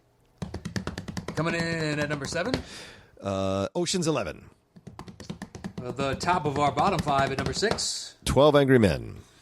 At number 5. The Magnificent Seven. Coming in the 4th spot. Pulp Fiction. In at number 3. The Lord of the Rings. In our penultimate number 2. Boogie Nights. And finally, rising to the top of the charts for ensemble movies at number 1 is... The Godfather. There it is. Done and done. There's a lot of good movies here. If you haven't seen some of these movies, get your ass on them, especially Topsy Turvy, for God's sakes. So good. I'm ashamed that I didn't put that on my list. I don't know why I didn't think of it. I mean, that's sitting right there. Oh, there's all my criterions right there on the ground looking at me. I was inventorizing them because it's 50% off over at Barnes & Noble again. I want to see if there's any I want to buy that I don't have. Well, you know, if you had them all digitally, then you just take your mouse wheel and you scroll. I won't do and that. you can see all of them. Just title after title after title. I'm a hunter-gatherer, and I don't like to do that digital shit. You can gather the ones and zeros, and you put them onto an external hard drive. It's the same thing. You can add artwork. It's a lot of fun. Sure. Tell us ensemble movies that you were hoping we would have on the list. I know there's what are the ones some of your you want to see this? Yeah, I want to break that glass in case of emergency. Here's everything that I wrote down. Go ahead. That I did not put on there. So I got Pulp, Steel Magnolias. Yeah, okay. The Wild Bunch. Yes, I have that. The Wild Bunch. Yeah. Heat. L.A. Confidential. Mm-hmm. Usual Suspects. Mm-hmm. Here's where it gets fun. Goonies, Clue, Sandlot. None of those were going to make it. Seven Samurai. Seven Samurai was a possibility on my mind, too. Traffic, but I said no. Yeah. Much Ado About Nothing. Oh, yeah. That was almost in at number 10. Okay. Black Hawk Down. Get Shorty, Not Large Enough. Contagion, they don't really intermix too much. Tinker Tailor. Breakfast Club, Fast Times. Love Actually. Sneakers. I got Tenenbaums down. Yeah. The Departed, Parenthood, Spotlight, Hateful Eight, and then Towering Inferno. Wow. But no Poseidon. No Poseidon Adventure. I don't understand know. that. You like that movie? I do. I put Towering down first because I was thinking about the bigger cast. All right. How the West Was Won. Sure. I have that. Hateful Eight I had on my list. I really wanted to put it, but I agree with you, Matt. The first 45 minutes, they take too long to get there. I know. It bothers me. I couldn't go with Usual Suspects because I didn't pass the five guys. I know. It's too small. Since we said large ensemble, it's just too small. The one I really struggled leaving off the list, and we'll probably get some shit for, The Big Chill. A lot of people love that movie. It's an enjoyable film. I'm not a... But I saw it at a time when I was a kid, and they were all adults, and I didn't connect to it, and I still haven't connected to it. Yeah, I've never watched it again. I watched it once, and I was just like, whatever. Yeah. But I was a young kid. It's not made for me. Get on the Bus is one I really want to throw. If you haven't seen that one, which is a fantastic film directed by Spike Lee about these all these African American guys going to the Million Man March, and it's great actors all through it. Charles S. Dutton, Andre Braugher, Ozzie Davis, just incredible actors all through it, and talking about stuff that's occurring for African Americans at that time in the 90s, for African men in the 90s. I had Wild Bunch. I looked at Shortcuts, but I'm not the biggest Robert Altman guy, so I didn't throw it in there. And I had one other one that I wanted to remember. Where the hell did I put that thing? No. Where is it? Shit. Yeah, Towering Inferno we talked about already. Come on. Can you find it on the scroll? Fuck, where is it? I put it on here. No, I don't know where it is. Oh, well, fuck it. There it is. It's done. That was our lists. Thank God. Thank you. Oh, no. Glengarry Glen Ross. That was the other one that I was going to put on. That's at the top of the list up there, but that was initially stricken from the record. Once it's too small, I'll be like, well, there's 5 people. Yeah. I'm not counting the cops. I guess you go 6 with the guy that Pacino is trying to make a sale with. Oh, yeah. That's Jonathan Pryce. Yeah. Yeah. But it was still too small because I don't know. It feels more like Jack Lemmon's movie, and everybody's floating in and out of it. Yeah. But it is an ensemble. Shelley the Machine Levine. Matt, what do you want to tell them? This week's show for everybody that's come on board with Patreon. This is the first show that we've done since you guys came with. Thank you so much. Thank you. It's 100 and I don't even know how many people. Yeah. A ton of people have supported us, and we thank you to the first 3 Thunderdome winners. There'll be 3 more coming in a couple weeks. Congratulations. Yeah, congrats. Once again, that'll air this weekend. Yeah.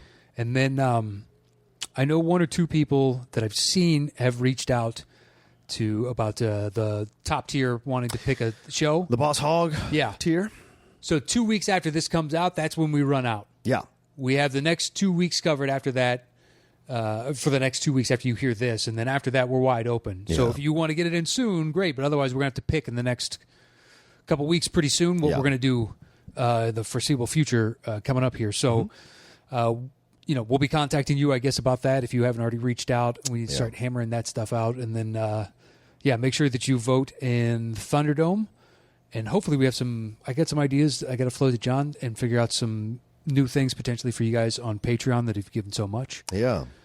Just as a thank you, and we're going to start working on things behind the scenes. So, and the shout-outs are coming at the end of the month. Yes. So the last show of the month is when we'll do the shout-outs. So everybody that pledged $5 and above, we will give you a shout-out on the air. And if you've been thinking about designing T-shirts for us, send us your designs. Matt and I want to, I know other people have done it through Schmodown. We want to do our own design, so send us stuff, whatever you come up with for Top 10. And if we can get it done, we'll get it done, and then we'll have you guys buy the T-shirts, because the Top 10 show needs to be trumpeted. You guys are incredible fans of ours and love the show so much, and you've been so supportive from the beginning and so supportive now discovering it again. I think you should create the T-shirts, and we can all fucking wear them and do whatever. Okay. Don't you think? Sure. Support. I wouldn't mind coming up with a couple ideas and be like, hey, somebody give me one of these. And 5 people try their hand at an idea. Oh, sure. So we come up and be like, hey, we want to do laser nipples. Well, that should be part of it. Well, I was thinking, as you were talking about that, Chimp Strong, sure. Yeah, absolutely. Because I just saw something where somebody was wearing a Wolverine shirt, but the action is he's jumping up, but claws are extended. And so in my head, I had a Superman and lasers are firing out his nipples as he's flying straight up or something ridiculous. Just something stupid. But that's predicated upon some artwork a long time ago when that came off that show someone sent to us. Yes. But so take a stab at that. Maybe we'll make that shirt. Yeah.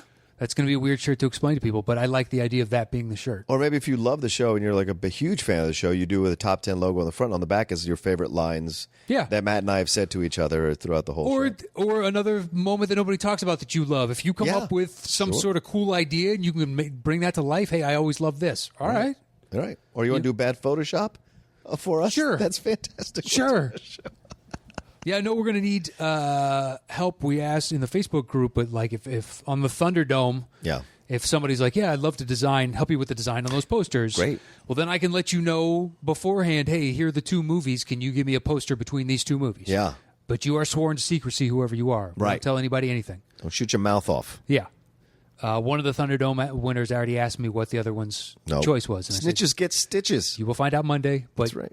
They were concerned as to whether or not they had picked the same movie. Oh, okay. Well, and I was fair. like, you did not. Your vote, your choice is secure. Your line of questioning is over. Yeah, exactly. Oh, did they? Well, they specifically asked, did they pick this? And I was like, no, they did not. But I will not tell you what they picked. Right. That's the best I will give you. Right. But we're not doing 100 questions where you're like, what about this one? You will get blocked. However, that is done on Gmail. Can you tell me? Is it in the 80s? No, shut up. You're done. Yeah. Pick a movie. I look forward to it. I'm glad we're bringing it back. And like you said, Matt, thanks to everybody who donated. Thanks to everybody who's that supported. Yeah, supporting us. And don't be shy. If you think $1 is an insult to us, it isn't. It's all about helping. It's $12 a year. Like it's literally $12 you're donating. Yeah. And you're helping more than you think. Yeah. Because absolutely. if we got everybody listening to pledge that, then we could cut out the other tiers and just give you all the rest of the show. This is all we do. Yeah. If we could get everybody to donate $1 who listens to us every week, $1 a month, $1 a month, Matt and I wouldn't need to do. No, this would be a full-time job. We'd get a studio. Yeah. That I don't know if we'll, we got to work towards that. That's not just going to magically happen overnight. No. But at the same time, we work though. I'm happy to get rid of those top tiers and just give you whatever. We could have a drawing once a month, and then that person gets to pick a topic. That'd be awesome. Whatever, like a million different things. So we've got ideas. There's a lot going on. Yeah, so. we got other ideas in the hopper. That's right. All right. Well, Matt, you want to tell me anything else? No, that's it. If you want to interact with the new Facebook group, it's facebook.com/groups, yes. then / the top 10 show with the number 10. So don't forget the groups after facebook.com, and then groups / the top 10 show with the number 10. And then me on Twitter at Matt Knost, MATTKNOST. Right. You can find me at The Rocha Says on Twitter and Instagram as well. Outlaw Nation on SK Plus podcast channel every Thursday morning. And thanks to everybody who's downloaded the show on SK Plus podcast channel. So many great shows here with the Wanger Show. Looking forward to Thursday, Friday, and Sunday this week. Don't be a beardo. Schmoedown Rundown, the new show that Ace and RB3 are doing, which I loved. I listened to the David Fincher one, The Meaning Of. I listened to their David Fincher. It was pretty great stuff. And so many great shows on there. Thanks so much for patronizing the SK Plus podcast channel. Leave comments, leave ratings. It's all important for all of us. So please do so. Thanks so much for listening to us this week. That's it. Thanks. All right. We'll talk to you next time on the Top 10 Show.